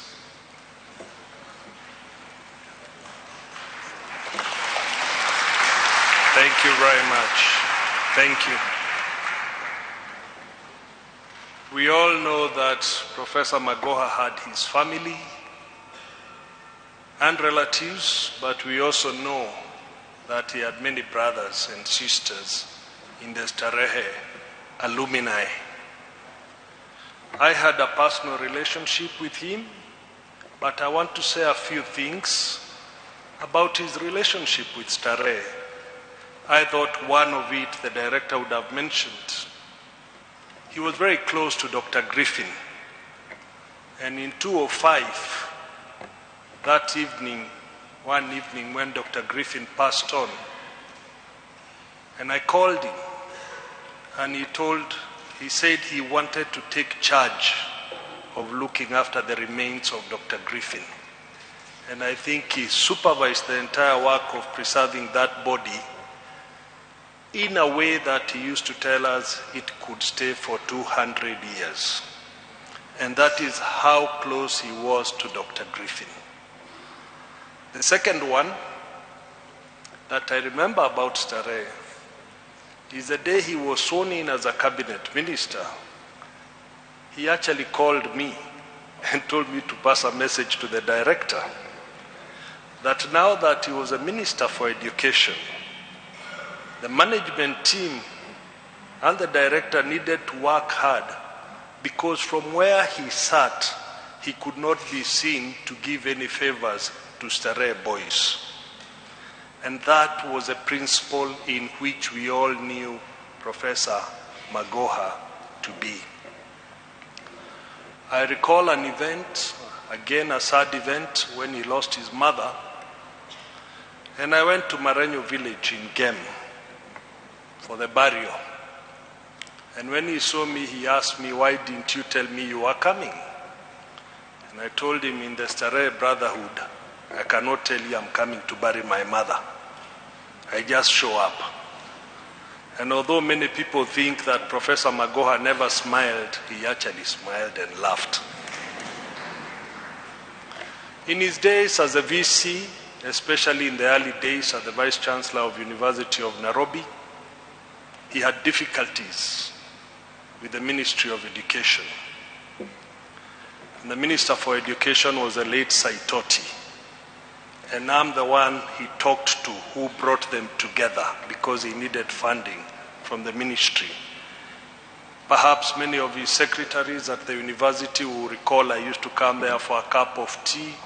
Now they know what we were plotting as brothers, to have the Ministry of Education support the University of Nairobi. On the day that Professor passed on, and I've shared this with Barbara and Michael, I was having lunch with a friend of his. And this friend was very busy sending money to Professor Magoha. This was at 2:30 that afternoon. And he wanted to M-Pesa to help in burial arrangement of his younger brother. So he sent the money successfully, and immediately Professor called back to say thank you. So my friend left the lunch table and went out to pick the call and came back and said, I just sent money to Professor. He was just acknowledging because he felt he was rude at a lunch table leaving. So in the evening when the news started coming in and somebody called me, said, Professor Magoha has passed on, I said, no, it's not Professor George. It is his younger brother. Because I did not believe that being privy to a conversation at 3 o'clock, somebody can then leave us 2-3 hours later. But that's what life is all about. That we live in this world at the grace of the grace of the Almighty. And that every minute we have is a borrowed minute. And that we need to do what we can to leave this world better than we found it. Fare thee well, our brother, Professor George Magoha.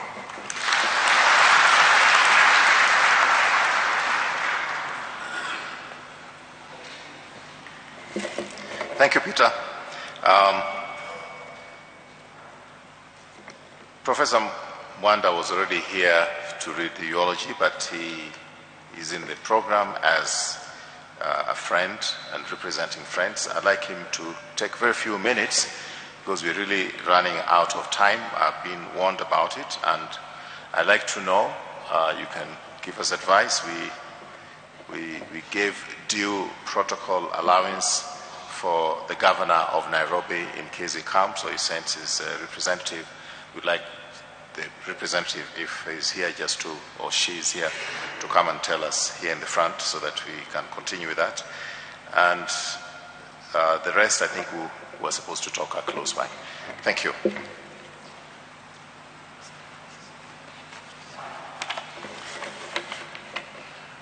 On behalf of our departed friend, colleague, mentor, teacher,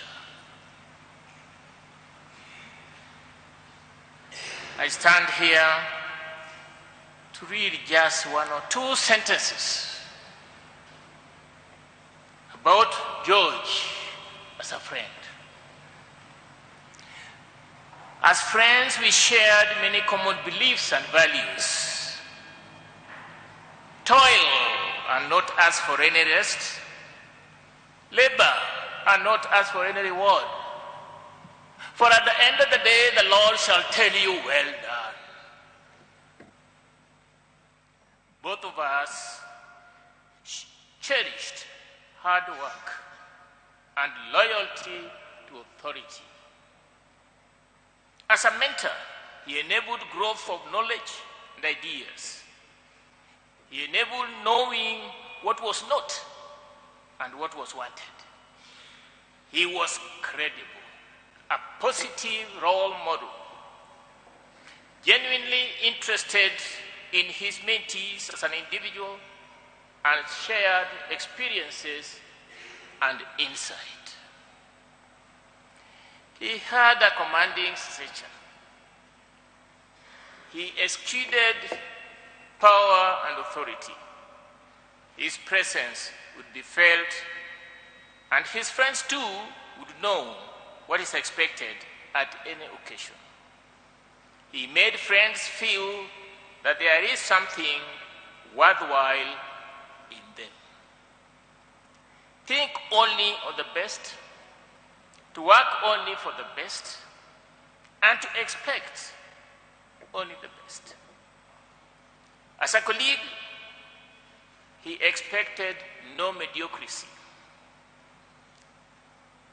His assigned responsibilities to be done were to be done the way he would have wanted to do it himself. Just as an example, he assigned me the responsibility of being the director of the University of Nairobi Institute of Tropical and Infectious Diseases, and he gave me the following commands: grow income, get international students, train researchers, capacity build to make Unity a level 4 institution. In biosafety and biosecurity. Yes, one of the important things which I must mention, we trained researchers from arid and semi-arid lands and chose those who are providing care services in health facilities from that region. The objectives were to improve implementable aspects of research and to demystify research as an elitist domain. At the end of 1 year, we had managed to train 180 persons. In capacity building, which became very useful during the Ebola crisis, we trained 244 laboratory staff, including mortuary staff, to be able to manage hemorrhagic fever such as Ebola. We trained workers in rapid response in cases of emergence of fever and biosecurity. To us, success was what we use, what we chose, what we are, what was true, and what to do, and more importantly, what to give. A friend indeed he was, and I must say I was among those who accompanied him to his in-laws to be. Rest in peace, Omore, till we meet again.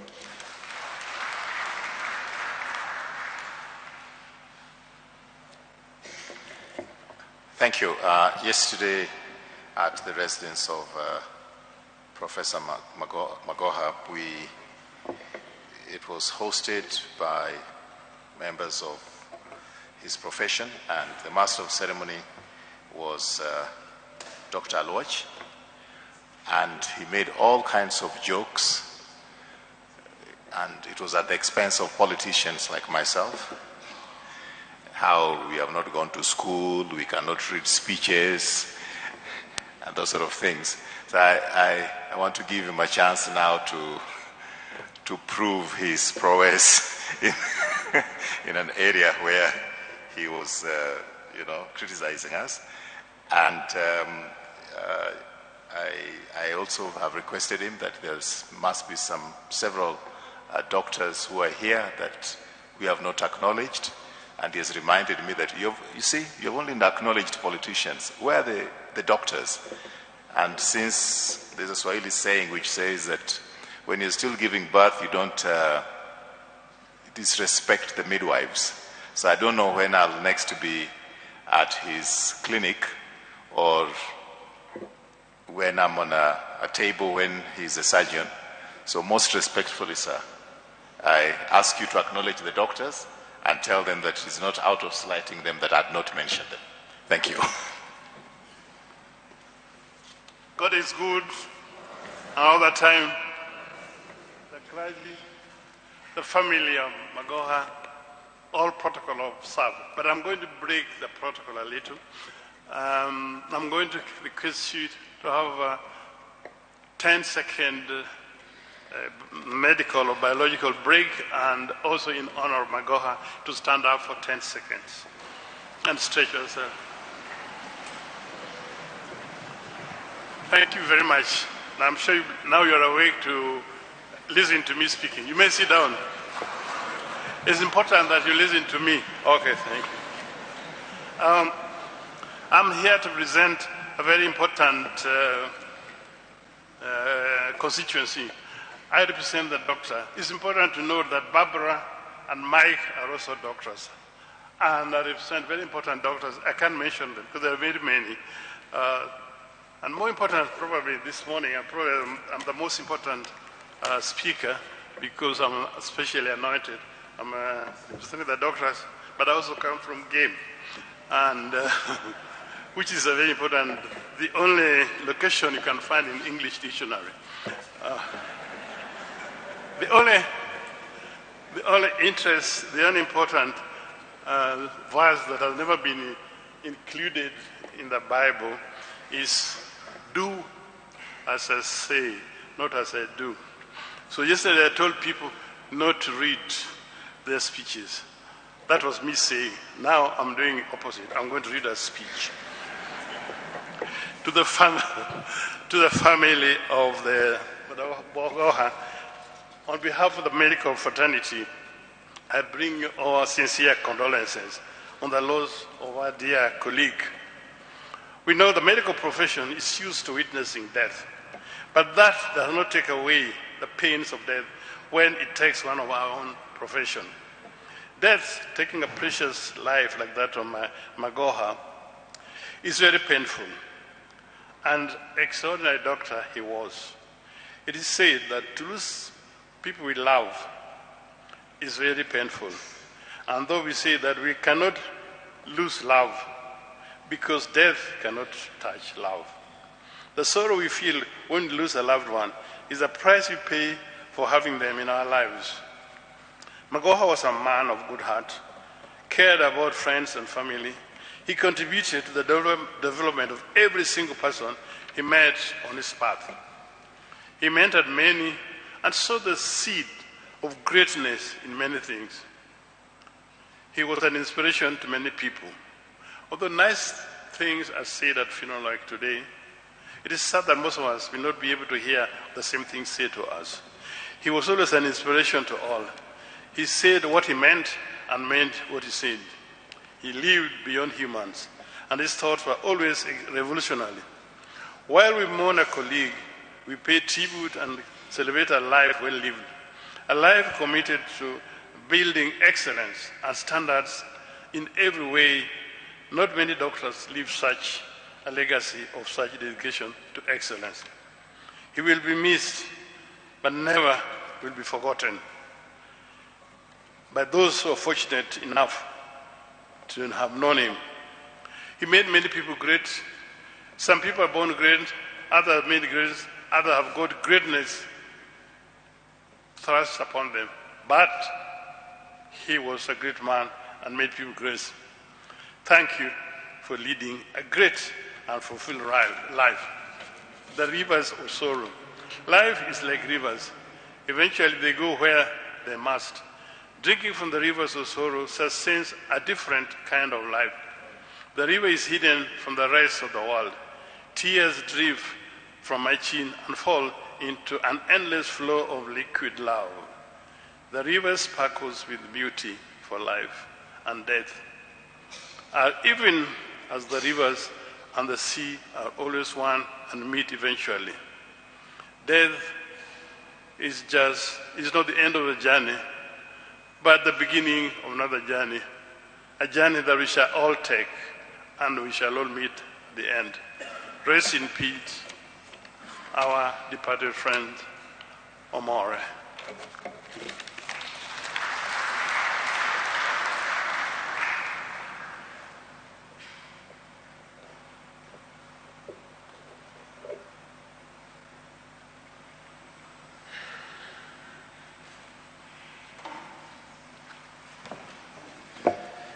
Thank you, Daktari.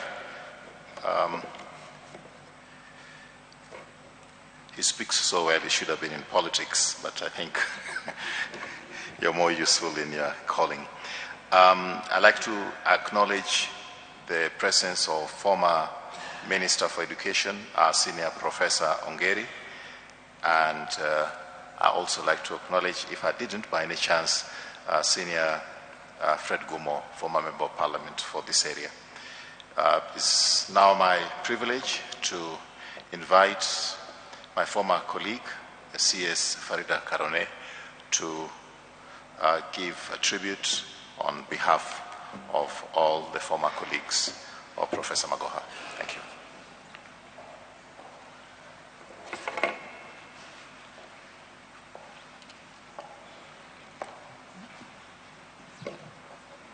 Thank you, Raphael.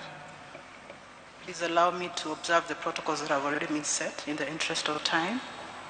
Dr. Barbara, Dr. Michael, and the extended Magoha family, on behalf of the colleagues, the former colleagues of Professor, and we are led here by the former Head of Public Service, Dr. Joseph Kinyua, former colleagues in Cabinet, former PSS, and technocrats who worked with Professor. We bring our deepest condolences to the family, and we want to tell you that we stand with you during this difficult time.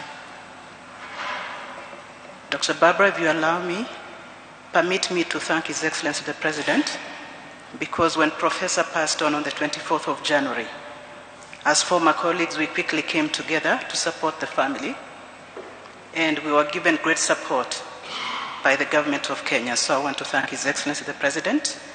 I want to specifically mention, through the Minister for Interior, the PS for Interior, Dr. Omolo, the PS for Education, Dr. Belio, and through you, Dr. Belio, to the Kenya Literature Bureau, because without your support, it may not have been possible to pull off this function. So we want to honor you and appreciate the contribution and the support you gave us as former colleagues of Professor. As former colleagues, Professor served with us and led by doing. What we learned from Professor is that if you have chosen public life, then you had better be ready to serve with honor and integrity. And I think all of you who have spoken about how Professor always tried or endeavored to be a dignified man, to lead with honor and to lead with integrity. The other thing that he taught us is to always be dependable and trustworthy. And as former colleagues, Dr. Barbara, I hope you have found us trustworthy and dependable, because that is what Professor would have expected us to do. During the meetings of the committee, and I think our colleague Raf will say that, we always were saying, if Prof was here, he would have thought we were jokers if we behaved this way. So can we get a little bit more serious? So Prof was, it is true, people thought he never smiled. But in our chit-chats while we were waiting for cabinet or waiting for meetings, he was always a very humorous person, he was very kind, and he was a very, very loyal friend. Speaking from personal experience, I lost my father in 2020 October, and a year later I lost my sister. On both occasions, he traveled all the way to Nandi to come and support my family. So that is the person that Professor Magoha was. He was very loyal, very dependable. So as we mourn him, if he leaves anything behind, those of us in public service, if you can just be what he was, this country will change like you can't believe it. The other thing, apart from the integrity, the efficiency and effectiveness that Nick spoke about, this is a man that you could not fault. He would be very rough on me, by the way. Once he lost his title, and I thought he was going to beat me up. You know, he was a very heavily built man. Then he came and told me, Farida, how can I lose my title and you're the Minister for Lands? Because we were very good friends. I asked him, Prof, can you calm down? What do you mean you lost your title? Then he said that he had gone to City Hall and found that somebody had changed his title into his name. So I told him, relax. The custodian of title to land is the national government. And for as long as I'm here, your land will not be lost. So I actually got his file, kept it in my office, and made sure that it was digitized. So I told it, even if I'm not Minister for Land, your title will not be lost because I've digitized it. So that was the man who Professor Magoha was. He would not have allowed you to be mediocre. in the things that you did, or to take things lightly. He used to say that public service is a calling, and indeed it is. So when you're in public service, he would say, don't worry about resting. There will be plenty of time to rest in the grave. So he was always on his feet. I'm sure you saw him. He went to almost every school in Kenya. I don't remember a school that Professor didn't go to. There's a photo that I had wished that we had used. Him coming out of a very tiny Manyata. And you know, he's a very built man, so he had to squeeze himself into the door of the Manyata. That was Professor Magoha. He served by doing. He led by example. He did everything in his power to make sure that our country was a better place because of the service that he offered. So if we were to learn anything from him as servants in our country, not just public servants, anybody, if you're a CEO of an organization, if you're a teacher, if you're a church minister, whatever you are, always remember to do things in the interest of humanity, because that is what Professor did. And as we all spoke and prepared for his funeral, I couldn't help but thinking, what will people say at my funeral? I think I can leave you with the same question. What will people say at your funeral? Will they remember your good deeds, or will they remember the terrible things that you did on behalf of other people? I thank you for your attention. Barbara, we continue to condole with you. We'll support you to the end. And we pray that God may give you grace. For Professor, we pray that God may be pleased with him and rest his soul in paradise. I thank you very much for your attention.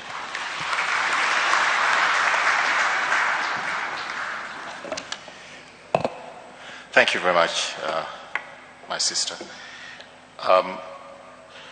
There's the representative of the Embassy of Mali who has got a message, and I would like you to please come now so that then you can present your message. And I'd like to confirm if there's a representative from the Embassy of Nigeria. The Embassy of Nigeria. Is there a representation here? Okay. Thank you.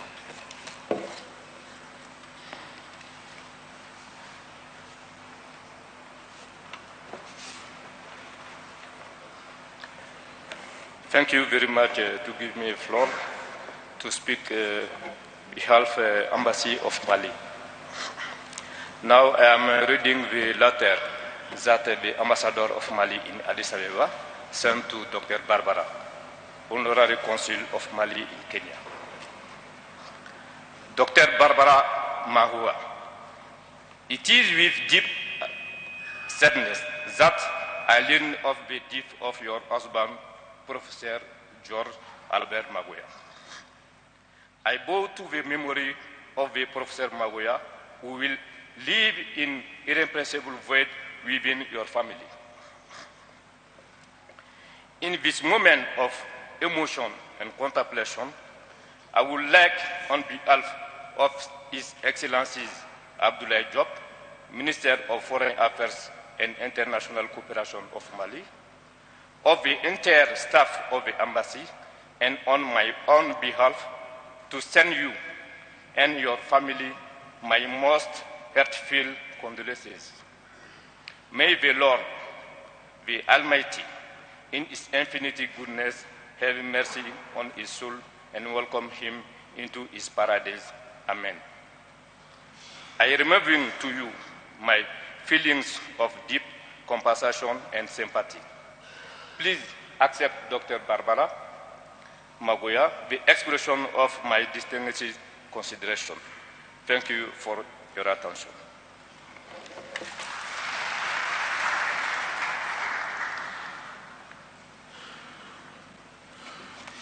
It's very gratifying to see former ministers of education in this country who are able to make it come, and I've just been told that the Honorable Olo Aringo, who was also former Minister of Education, is in our presence.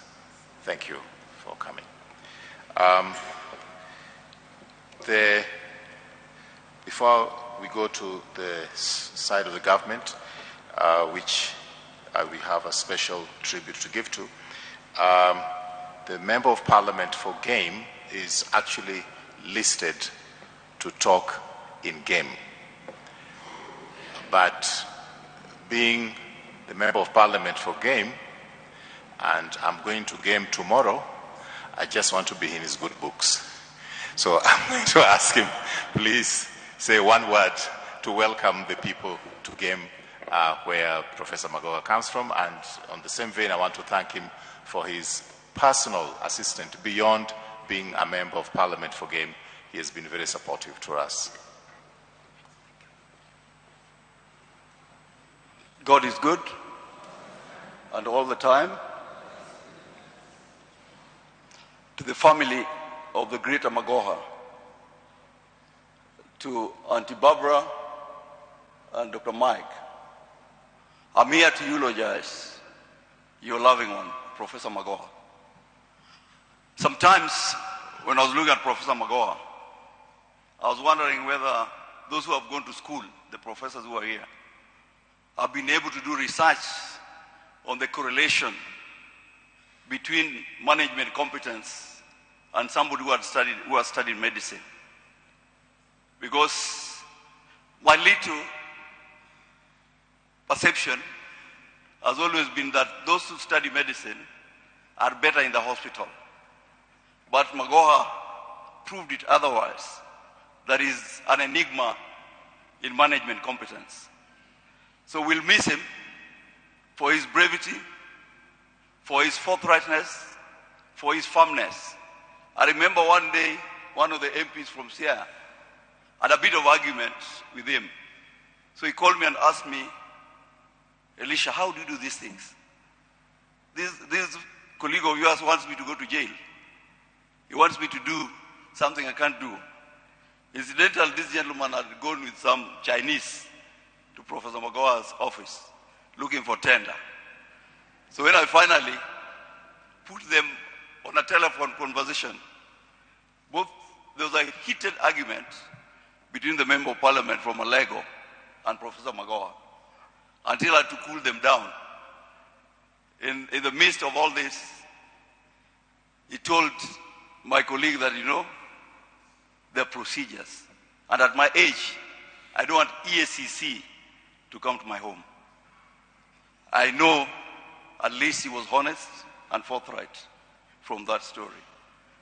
The Bible tells me a few things. Dr. Barbara, if you read the book of Psalms 39 verse 4, it says, Lord, show me my end. Show me that my life is like a phantom. May all of us who have come to eulogize Professor Magoha remind ourselves that this life is like a phantom. And the same Bible, first book of Chronicles, 4 verse 9, the prayer of Jabez. May that prayer of Jabez take care of your home. May the Lord protect you, expand your territory, you and Michael. And I know that for sure, the Lord that takes care of widows, as put in Revelation 21 verse 3, will wipe your tears. May the good Lord that I worship rest Professor Saul in eternal peace. Bonacius, now that you are here, convey our heartfelt, convey our message to the President that we are grateful for the support he has given us. And the peers of Molo Raymond, I'm very grateful, and you and Owalo, you have walked this journey with us. And for all of you, I welcome you to Game. Don't carry stones, because if you throw a stone, it could land on the head of a professor. Thank you.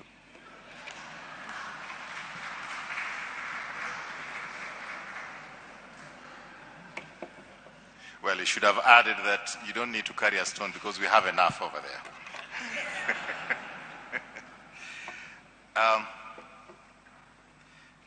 Just to take the cue from where Honorable Member of Parliament has left us, I know we're going to have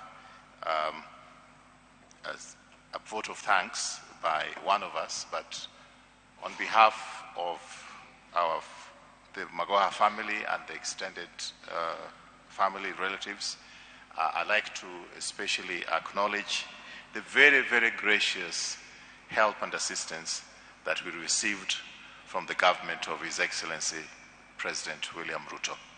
Please do convey to him our gratitude and for standing in the gap to help with respect to the logistics, to help with respect to finances, and we cannot thank him enough. I like to especially note the very gracious calls that we received, the visits that we received from the Deputy President, the visits that we received from CS Owalo, and so many others in this current administration. I also like to personally thank Mr. Raymond Omolo for coordinating all the logistics in Yala game. We have monitored, and we are grateful to the provincial administration that come under you that have done their bit. By the same token, I like to be able to acknowledge very, very generous support that was extended to us by the fourth president, President Uhuru Kenyatta. He took a personal interest. He actually did come to the residence of the Magohas, and he made substantial financial contributions towards this funeral. I also like to acknowledge the fact that our former cabinet colleagues and present members of the cabinet made financial contributions towards this funeral, and we really don't take it for granted. We thank you, thank you, thank you most sincerely, sirs. Now it's my duty. I don't know if the Embassy of Nigeria is represented as was anticipated. I've not heard from them, so we can proceed. Now is my responsibility and duty to request the Minister for Education, Honorable Ezekiel Machogu. Sir, it's your turn to talk, and we thank you most sincerely for honoring your predecessor by your distinguished presence. Thank you, sir. Thank you very much, MC, Your Grace, the Archbishop, the family, Dr. Barbara and Michael Magoha, and all of us. Before I make my statement, I want to acknowledge my colleagues who are here. We have the CS National Treasury, Professor Njuguna Ndung'u, please stand. And we also have my friend Erio Dowaro, who is going to make a statement on behalf of the Kenya government. Please stand. We have several permanent secretaries with us here, and I want to request in a second Brother Umoro to come and introduce the principal secretaries who are here in 1 minute before I proceed.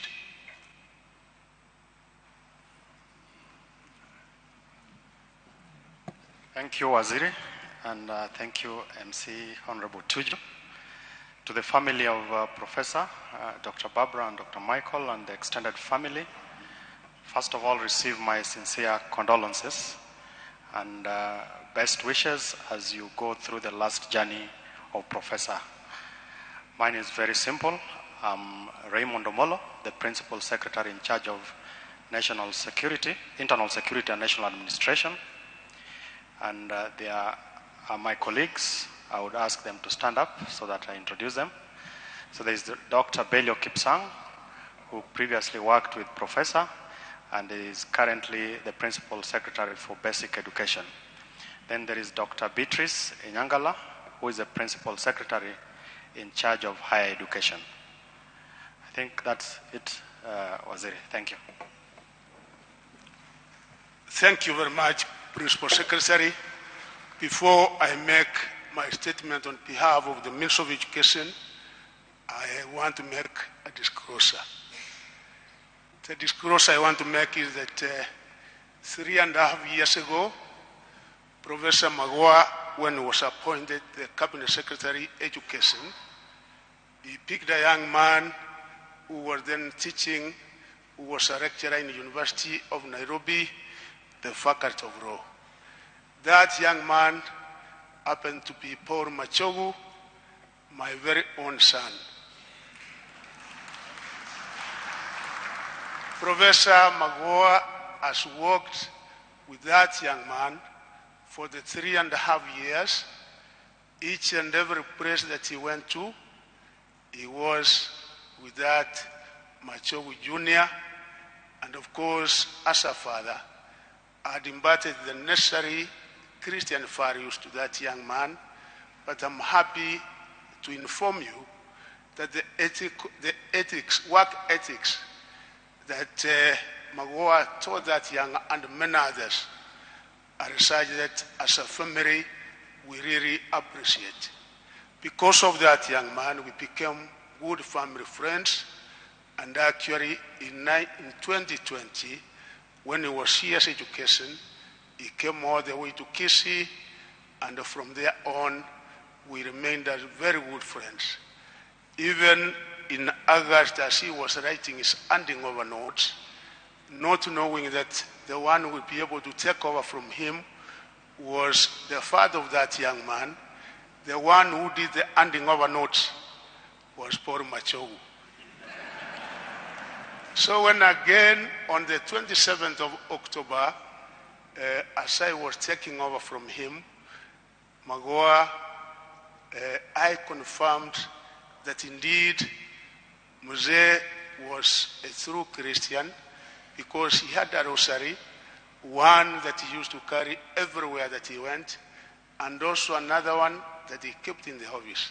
Told me the challenges in the means of education you can only overcome once Jesus, the blood of Jesus, surrounds this office, and once the Father in heaven will be able to hold you by the hand.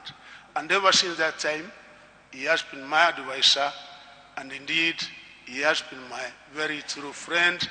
Each and everything that we have been able to do in a ministry, I've been very closely consulting with him. The other disclosure I want to make, he did make a request, the family knows about her sister, said, yes, I've served the government, please let the government do a PCD during his last days, and Morris here, His Excellency the President of the Republic of Kenya, Dr. William Samoei Ruto, was able to direct to that request, and the sister with the Public Service Commission, we have been able to do as directed by His Excellency the President, and I'm happy to say that the request was accepted by His Excellency the President, and we have done so accordingly. So now, the sad news of the demise of Professor George Albert Omondi Magoha, the scholar who gave an astounding service to the education sector in Kenya, was received with shock and sorrow at the Ministry of Education, where he served as the Cabinet Secretary.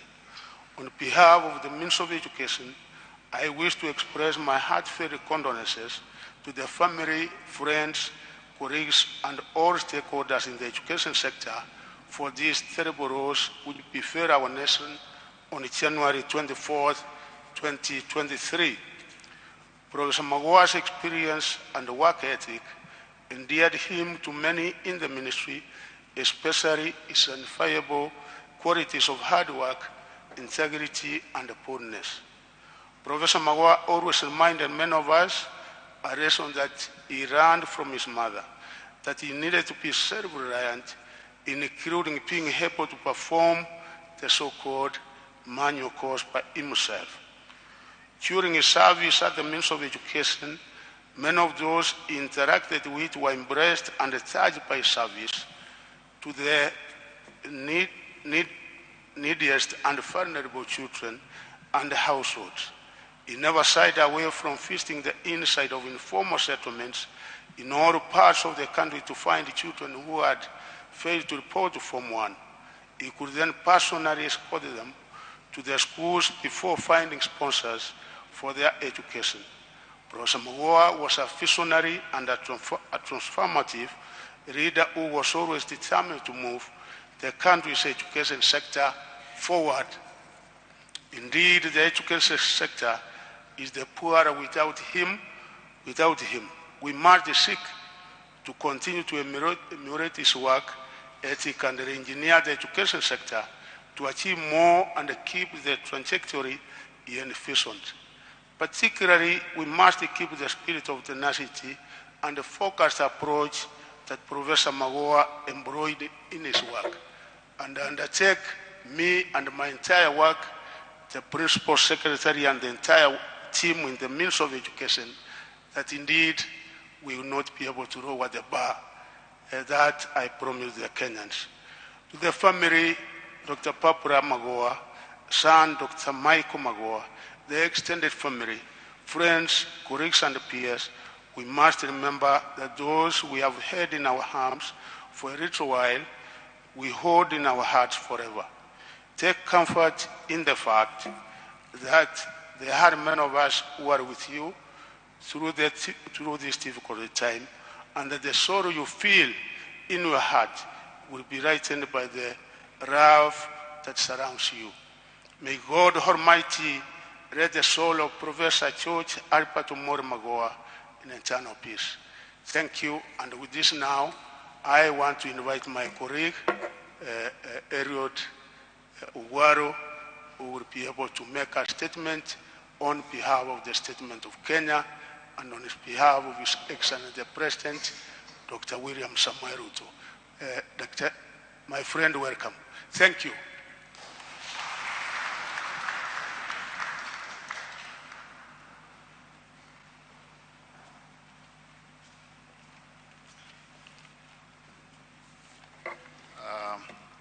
The Magoha family and the church, good afternoon. Before I proceed, I seek your indulgence. I want to donate half a minute of my time to Professor Njuguna Ndung'u as a former colleague of Professor Magoha all the way from the university, just to say something about Professor.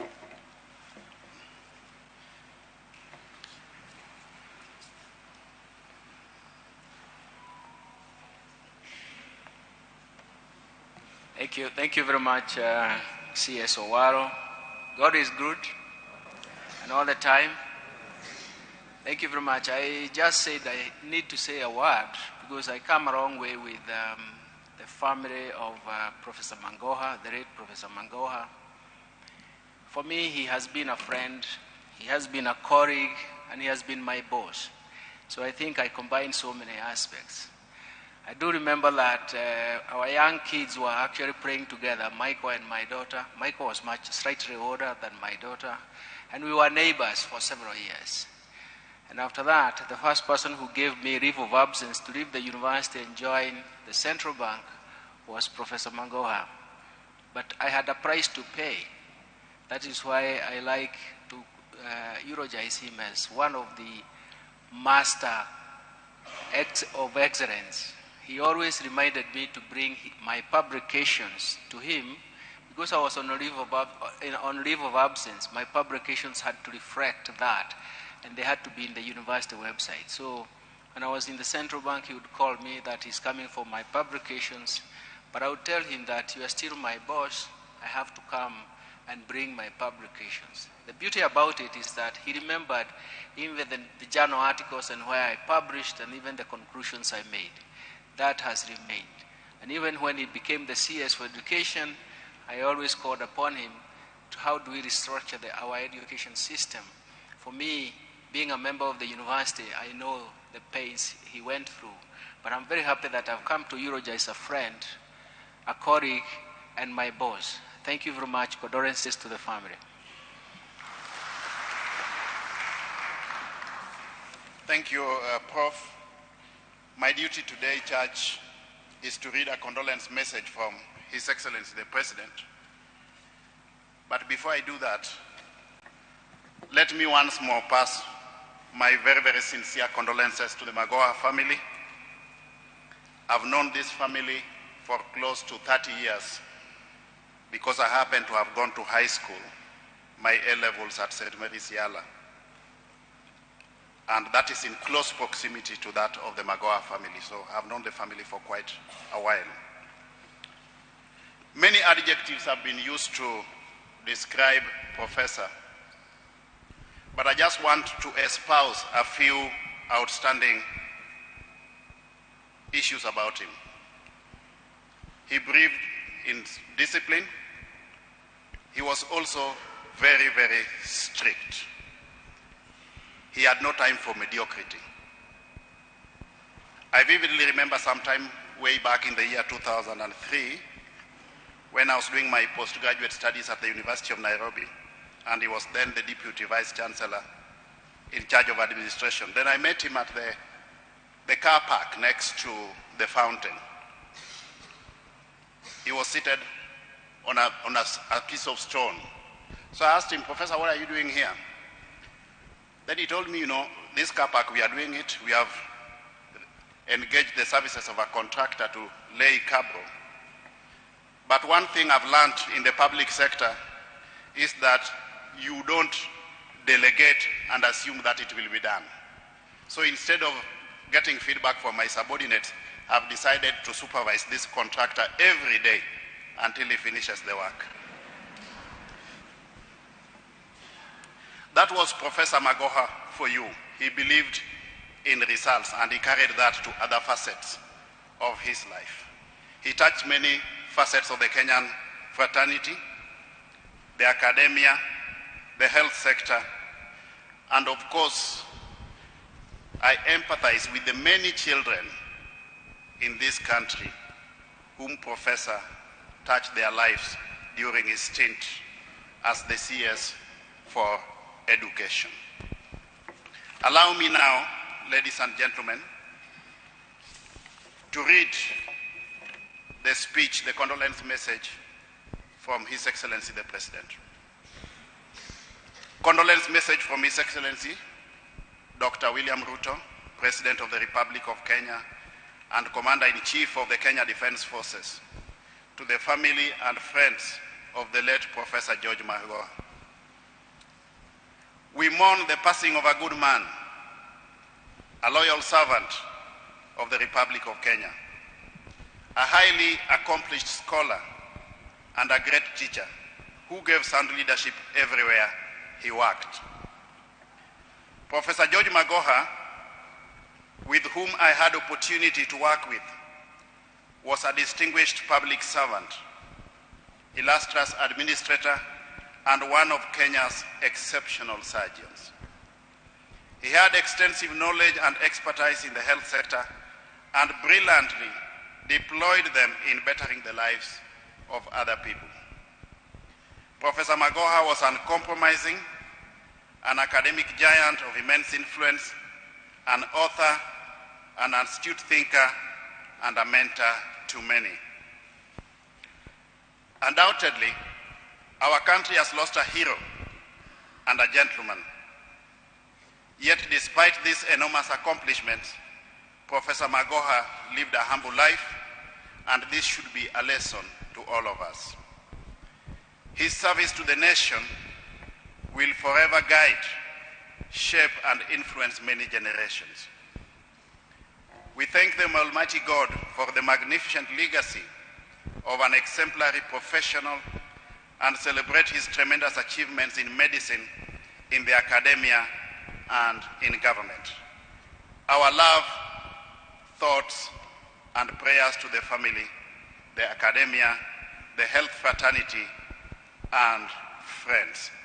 May the Almighty Lord rest Professor George Magoha's soul in eternal peace. William Samoei Ruto, PhD, CGH, dated this day in Nairobi. Thank you.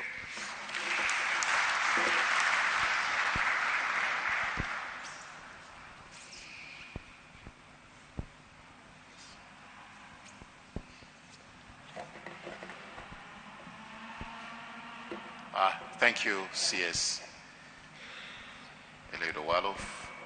And I'd like to now take this opportunity to go to the family, and only two members of the family will be talking today because senior brother John Obare was not able to travel to Nairobi, but he will be at home in Siaya. So it's now my privilege to ask our son, Dr. Michael Magoha to come and make his remarks.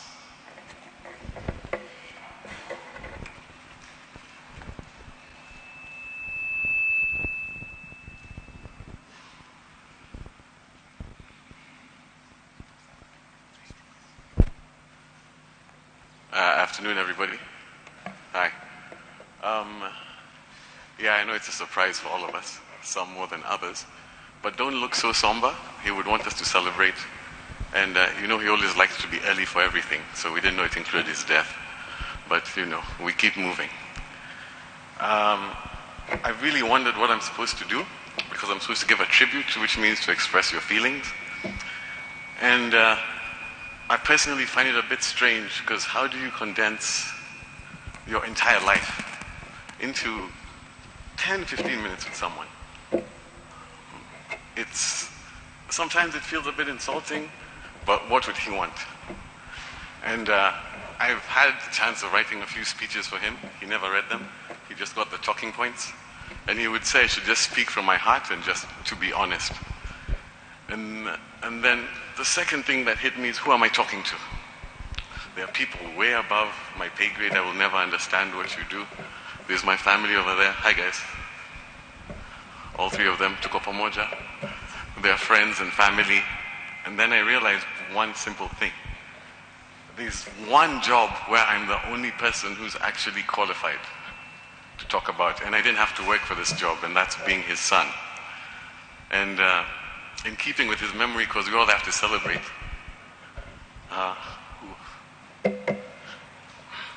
Don't worry, relax.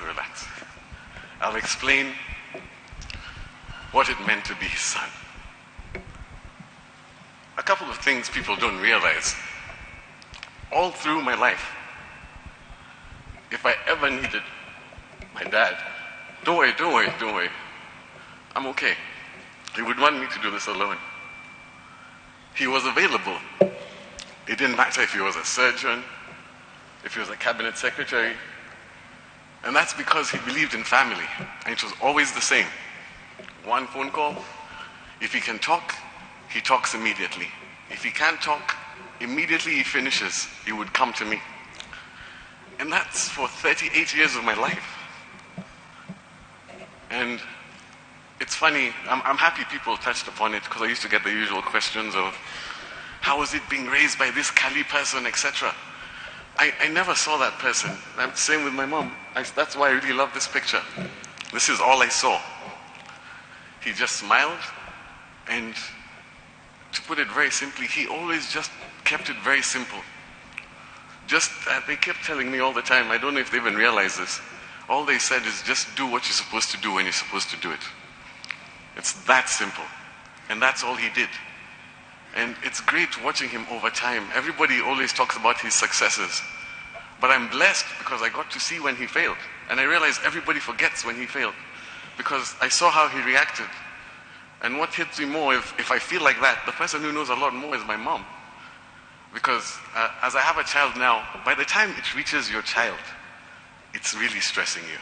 Do you know what I mean? It's stressing you. And I'm grateful for that. So I won't take too much time. The person who needs to take the most time is the person who spent the most time with him. But I'll just say 3 things that I hope everybody can take away. Number 1, family is the most important thing. You never know when you have time. He knew it. He gave me time. And he always did what he was supposed to do. A CS who still gave lectures at the university because, yes, my name is there. There was never pomp or ceremony. The funny thing is he never looked for any of the officers. All he ever did was what he was supposed to do. And if he saw that there was something that was wrong, he just continued. If the office looked ugly, it's like, this office has to be revamped. Where do I get money? If there are too few doctors, how do we organize doctors? And then pap. And whenever he got an office, the other thing I remember is he was always waiting to retire. He was waiting to leave. The discussions were, what's going to happen when I leave the university? Next he's appointed somewhere. Next he's appointed somewhere else. And that makes me feel strange because I spoke to him, I was with him all through. But when I was talking to him before, I was really talking to him about, because sorry, there's too much on my mind. We share several offices, so that's a very strange thing. And we have the same name, so every now and then I get a text that's meant for him, which I thought was very funny. And since we're always honest to each other, I thought that was just, it was quite funny that I could always see where he was going and how he was trying to take care of me, or what he was struggling with, or how he hid it. I could go on and on because it's 36 years, but two stories come to mind. One was we were sitting with him in the house. I was struggling with something, and I came to him, and he reminded me a story which I completely forgot. I was just in high school. I was in boarding, and you know how children now, you compare yourself to other children. So I had clothes, but I didn't have the cool clothes that all the other children were wearing, and they had many of them. And I remember telling him, Dad, can I get more of this? Then he just smiled. He's like, just go up to your room, put the clothes that you have. Then he gave me some time. Then I went there. We're talking about tracksuits, because that was the cool thing at the time. I had 2 of them and 2 pairs of shoes. I was like, everybody had like 5. So he's like, do your friends have these? I'm like, no. Do your friends have these shoes? He's like, no. But it's like, but they have many, Cindy. I'm like, yes. So he started laughing, and that's actually what I miss, his laugh. And it was really heavy. Then I was wondering, why are you laughing? And then he said, what you do is tomorrow, you go to school, you tell all those friends who have all those clothes, ask them why they're wasting so much money buying so many clothes, that they should look to you who only has 2 that are lasting for this long, and you go and tell them this exact thing. I'm sorry that you have to do so much for other people, but look at me, I'm the standard. So if you have these, then you're okay. So those are the small things I think about. He made me realize, stop comparing, just do what you're supposed to do when you're supposed to do it. It's that simple. Everybody makes it seem so hard. But if you tell somebody the truth, they won't be happy. But if you're doing it properly, that's it. Trust in God. The same quote that's in one of our desks, for the Lord did not give us a spirit of fear, but of faith, hope, love, and sound mind. And that's what my dad is. He was always hope. And that will continue. I think, like I keep saying, I can just keep on going. But the last one, this one goes to everybody. Towards the end, one quick note. I have to say this for the doctors. How many professors do you know that most of their mentees are professors? You know, it's a small thing. If you're in medicine, you know exactly what I'm talking about. Those are the people who came to support and help me. Always his mentees. He spent time with them. Every one of them has an individual relationship. A lunch, a coffee, a phone call, a funeral, a wedding. And that's what impresses me, because that takes time. It takes time to be human and spend time with people. That's one thing we're all missing. So forget pomp, ceremony, anything. Spend time with people. That's what he would want you to remember. Talk to the person next to you. Find out what's going on with their children. Just spend time with them. And he kept telling me this thing. If there's somebody behind you, somebody stands behind you, what do? You protect them. If somebody stands beside you, regardless of what they believe, their creed, their politics, anything, if they have decided to stand beside you, you respect them. It's literally that simple. And the last one, which he told me, if anybody stands in front of you to push you back, then it's fine. You smile and you look at the people beside you and behind you, and you show them the strength that you have now. So with that, and you trust in God, you'll be okay. So if we all do that, I think we can all be better. We can honor his memory. It's good he did all of those things, but he only reached there because he kept it simple. Do what you're supposed to do when you're supposed to do it. Thank all of you for coming to spend time and see my dad rest and spend time with the family. We'll still be here. Hopefully we'll become friends. Regardless of wherever you are still who you are. So God bless you all. Thank you.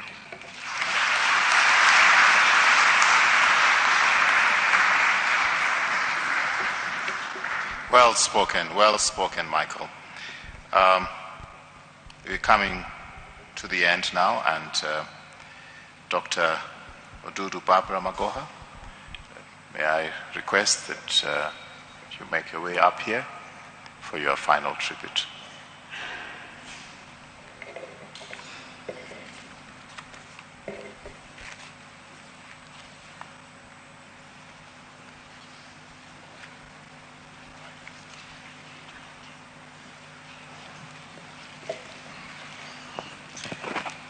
Good afternoon, everybody. Today, a vision of 1980 has finally come true. It is a vision about my two parents, my father's two friends, and my father-in-law. And this is what took place. My husband, George Magoha, came to Nigeria in 1972. I had a scholarship the same year before finishing O-level to study medicine. My father disapproved of me applying for that scholarship. He told me I was blocking the poor.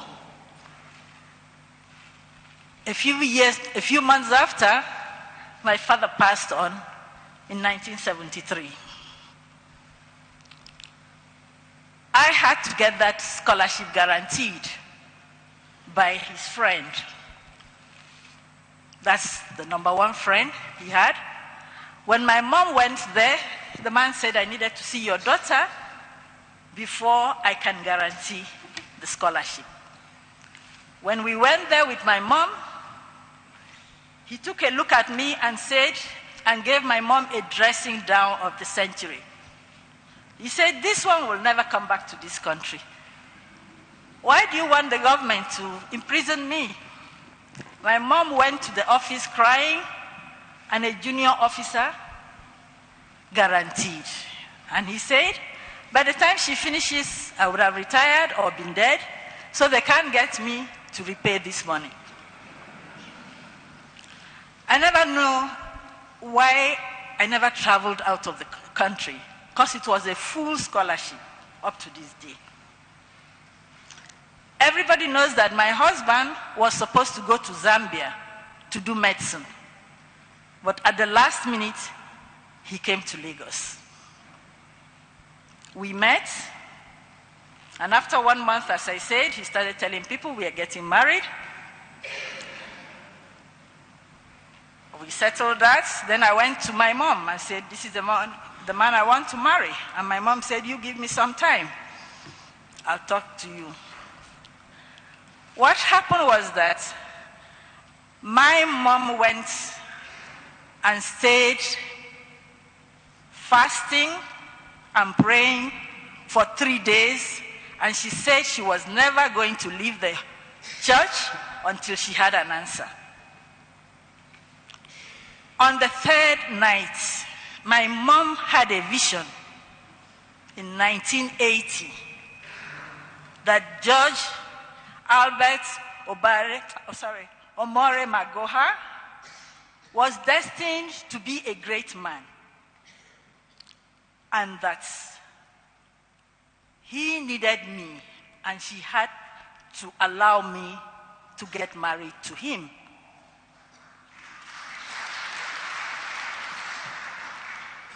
So my mom came back crying and said her hands were tied.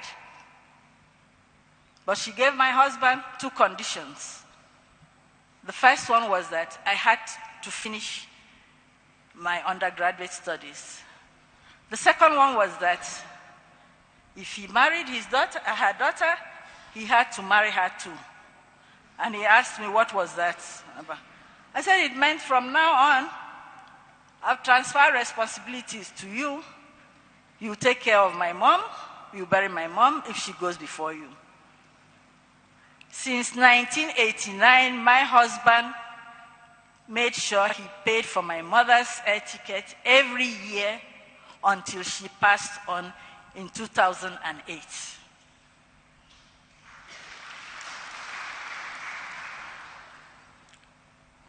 My mom became a spiritual godmother to my husband. And that is why when my mom passed on, my husband thought his life was over. When the promotion started, each time my mom came, we said, Not yet, still more coming every year. Until she passed on, she kept on telling him, still more coming, still more coming. And everything she said came to pass. With all that has happened, I believe my mom's vision has finally come true 43 years after. The second friend of my father was a urologist. He made sure my husband was a urologist. Professor Nkbosong from the University of Ibadan. Will you call that destiny? Will you call the way we met? And the fact that my father-in-law, my late father-in-law, moved us from the ancestral home to Umiru. Things just don't happen. He settled us.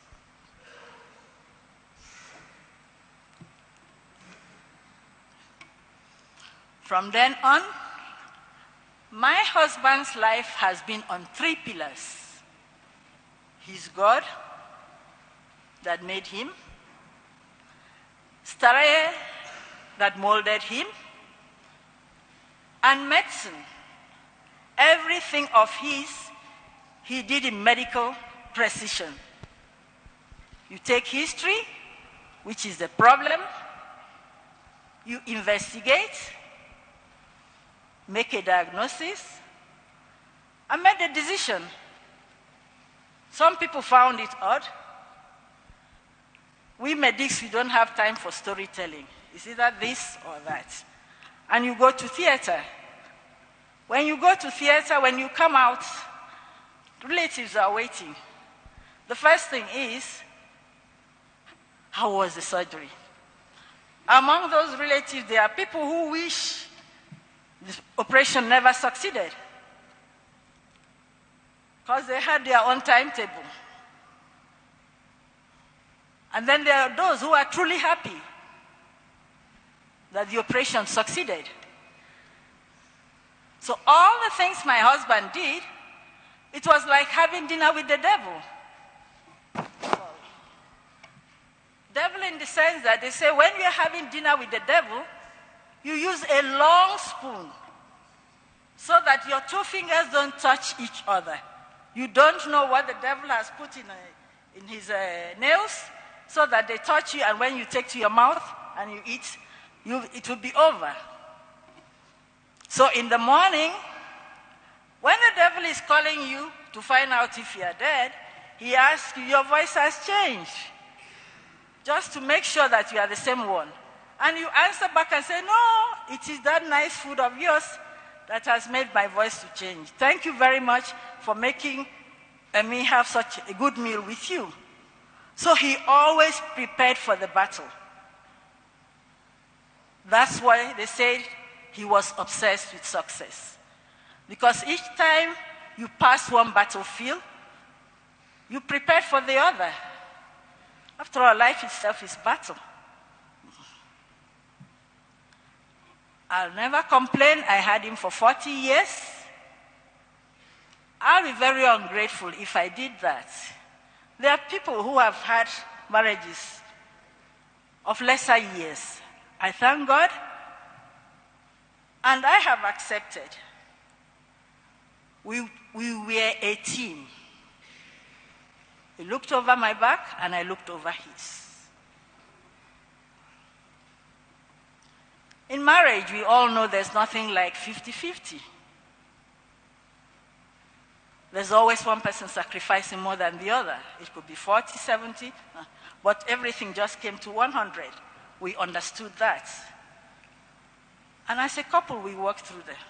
The fact that a vision was made did not mean that everything was going to be smooth. He was not perfect, neither was I.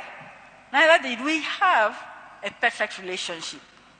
But we worked through it, knowing that marriage is about 80-20. 80% meaning what the two of you share in common. The other 20% is what may divide you. So we increase the 80% and reduce the 20% in our lives to make it 0.2%. And in that way, we had a perfect marriage.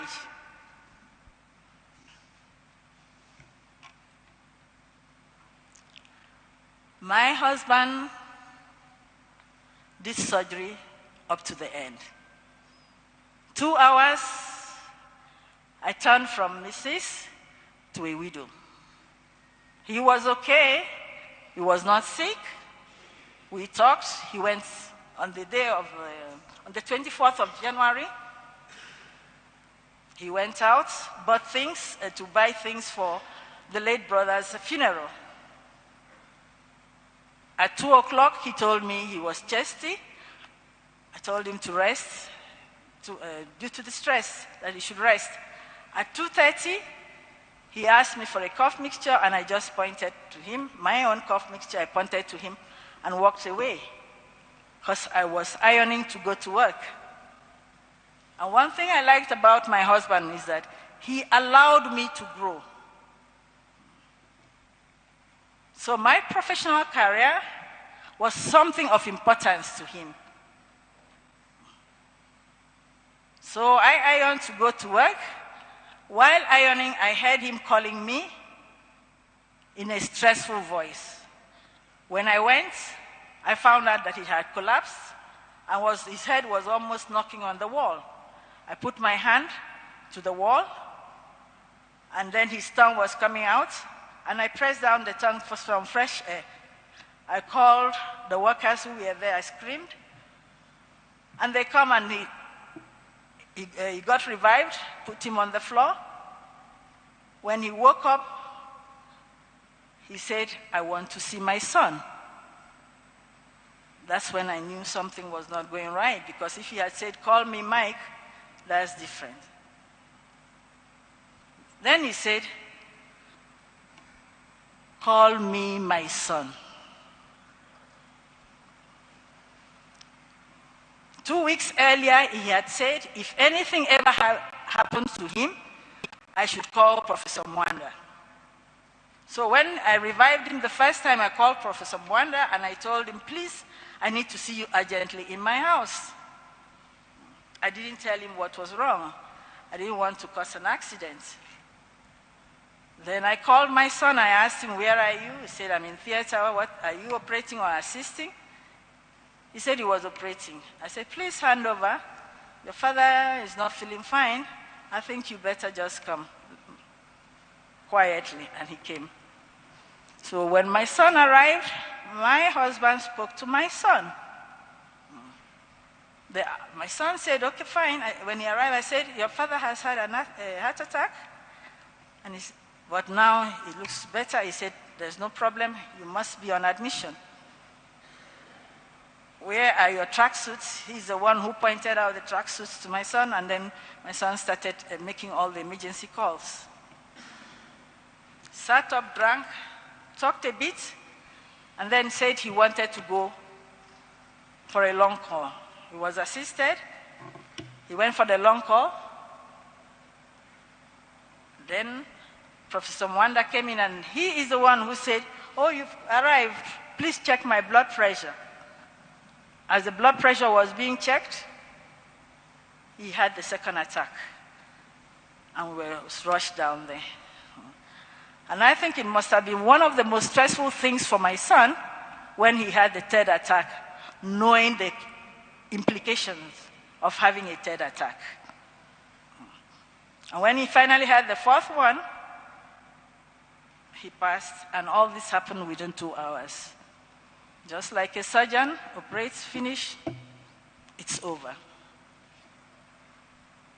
The following day, I dreamt he asked me, the way we used to have our discussions, pulling a seat and asking me, "What do you think I would have done in this situation?"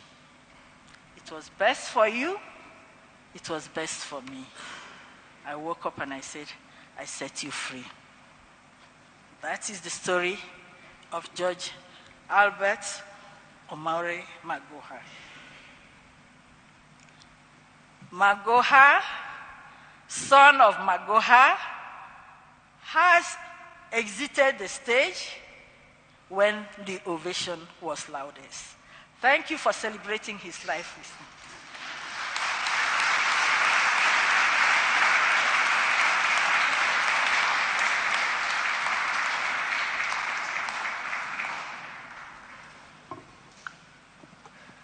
Thank you very much, my sister, for being strong in the midst of so much turmoil.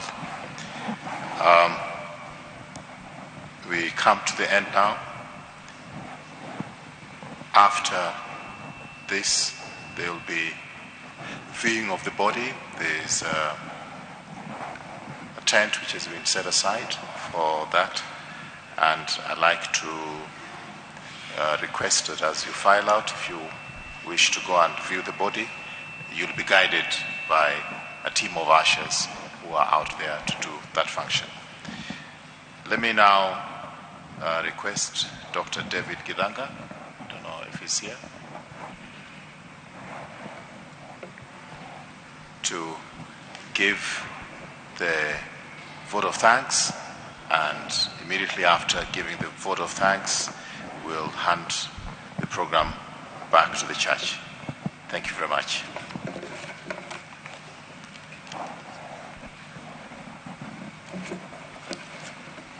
Good afternoon, everyone. Barbara, Michael, and the wider Magoha family, and distinguished pilgrims. We're all pilgrims in keeping with the theme for today. Give them eternal rest, O Lord, and may perpetual light shine on them forever. No duty is more urgent than that of returning thanks. I'm acutely aware of the need to vacate this shrine. There's a service taking place shortly. That notwithstanding, and at the risk of inadvertently missing out a few people, you'll be placated by a lady called Doris Day, who observed, gratitude is riches. Complaint is poverty, even if that gratitude is implied. So please feel thanked if I miss you out. First off is to thank God for enabling us to be in this chapel or in this shrine for this ceremony. You can't take it for granted. Secondly is you all for sparing a whole morning, your resources, time, moral support to support the family of Professor Magoha. Medical personnel at the Nairobi hospital, when this call came, people lined up and actually waited at the accident and emergency, a whole retinue of people of different specialties to receive Professor on that fateful day. While here, I wish to thank the medical personnel in general, as well as Michael's own classmates and friends who have continued to remain with him in this very difficult time, and hope that they will remain to be with him in the next coming weeks. I think Professor Mwanda has been talked about quite closely, and he was summoned, and he's obviously close to Professor. And in quick tow in his own right is Michael Magoha. These two found themselves in doing a cardiopulmonary resuscitation, and for those of you who have the misfortune of having to do that, you require certain conditions. When you have to do it in a home setting, it's difficult, let alone when you have to do it in a moving car. It's not very easy. When you have a man larger than life who is your father and you're resuscitating, is even more of a horror. So Michael, you've done well, and we commend you. Barbara was part of that too. Remember, you are medical. When are you medical? When are you a wife? When are you a son? It's not very easy. And what makes that a little bit uneasy is that little voice in a doctor's head. That little voice in the head that says root cause analysis. All doctors are analyzing what decisions were made. Could this have been done? If this was done 2 minutes before. And you carry that burden. And they will carry that burden, and let's stop that small little root cause analysis that we all think about. We are all wiser at 2020 post-event, 2020 vision. Michael, your dad is proud of you as a doctor. is the whole family of Rotary, and especially the ladies. I'm not saying the men are not important, but Elizabeth Kimkung has been, and Anne Van Lowe, Sally Gitoho, Beatrice Kitanui, Jessica Kazina, Josephine Ojambo. They've been round about Barbara, really supporting her in this very difficult time. There's a whole community of West Africans residing in Nairobi who've been very supportive. Lee Funeral Home for professionalism and extreme kindness at a very difficult time. The church and the clergy of the Nairobi Hospital Chaplaincy, Our Lady of Guadalupe Parish, and this shrine.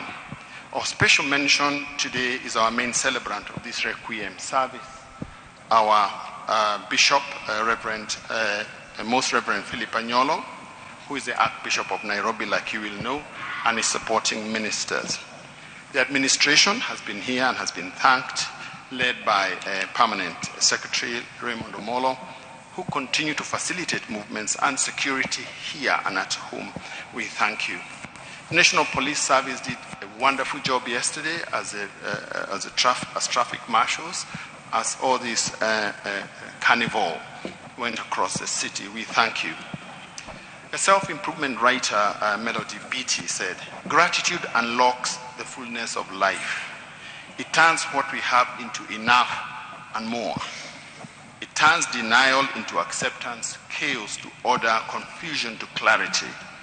It can turn a meal into a feast, a house into a home, a stranger into a friend." Stranger into a friend. We all want us to be friends.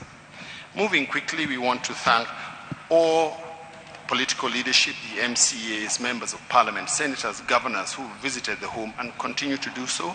I noticed the governor, Nyang Nyong, we saw him walking in, welcome. All former and current permanent secretaries and cabinet secretaries, many of whom form part of the committee that made these plans possible. They were led by our MC, Honorable Tuju, as well as Honorable Matiang'i. The committee was expanded, and a big group of people who are sitting over there were part of that committee. They worked round the clock to put these things together. There is a community of business people that helped out. Ministry of Education has really stepped up. We thank the minister and your team for doing what you did. The Kenya National Examination Council, Starehe Boys and Starehe Girls Centers, they've come to honor their own. There was a very senior member who wore his uniform. He's probably my age or so, a little older, and they really come out and they step up. The University of Nairobi, led by the Vice Chancellor, Professor Kiama, as well as the Council Chair, Professor Miriam Were. There are chancellors that have visited also, and council members variously at home. There were traditional dancers from Nigeria who did an exceptional job. Michael keeps on telling us, my father would like a party, and they really exemplified that. Kenya Medical Practitioners and Dentists Council, and I see one of the long-serving members sitting over there. We thank you. St. George's Primary and Junior Secondary School. State House Girls really did a show to honor a professor. And ladies and gentlemen, even as we mourn, let's remember that as we express our gratitude, we must never forget that the highest appreciation is not to utter words, but to live by them. I think that was part of the sermon, and this was said by John F. Kennedy many years ago. Finally, let me acknowledge all the political leadership done very well by my brother, my senior brother, the MC, Honorable Tuju. He kept on doing that. But I like to specifically also remember the Prime Cabinet Secretary, Honorable Mudavadi, the former Vice President, Honorable Kalonzo, former Prime Minister, Right Honorable Raila Odinga, and immediate former President Uhuru Kenyatta, the Deputy President, Honorable His Excellency Rigathi Gachagua, and the President and Commander-in-Chief of the Republic, and he's been thanked duly. If you noted any social gaffe in what I've been asked to do, and this is a big task, there are two main reasons. I'm a pediatrician. I spend my time talking to children, mothers, sometimes fathers.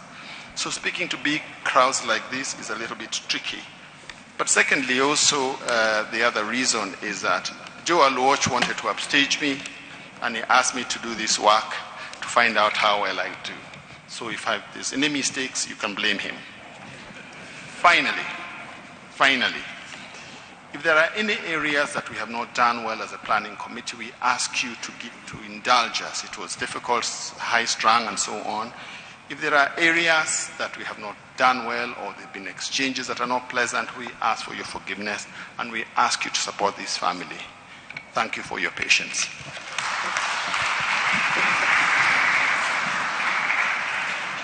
So as we are winding up, first of all, I would like to thank you all for the tributes you have given.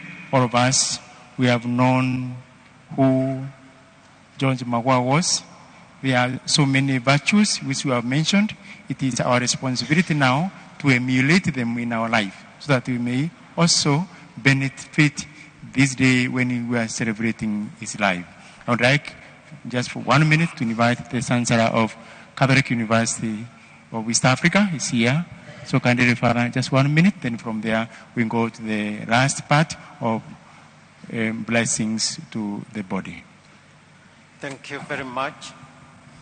Your Grace, Philip Anyolo, the Archbishop of the Nairobi Metropolitan, the parish priest of the shrine, and the clergy here, the Dr. Barbara Magoha and Dr. Michael Magoha, the family, the government leaders, family members and friends, good afternoon. May I take this opportunity to send our condolences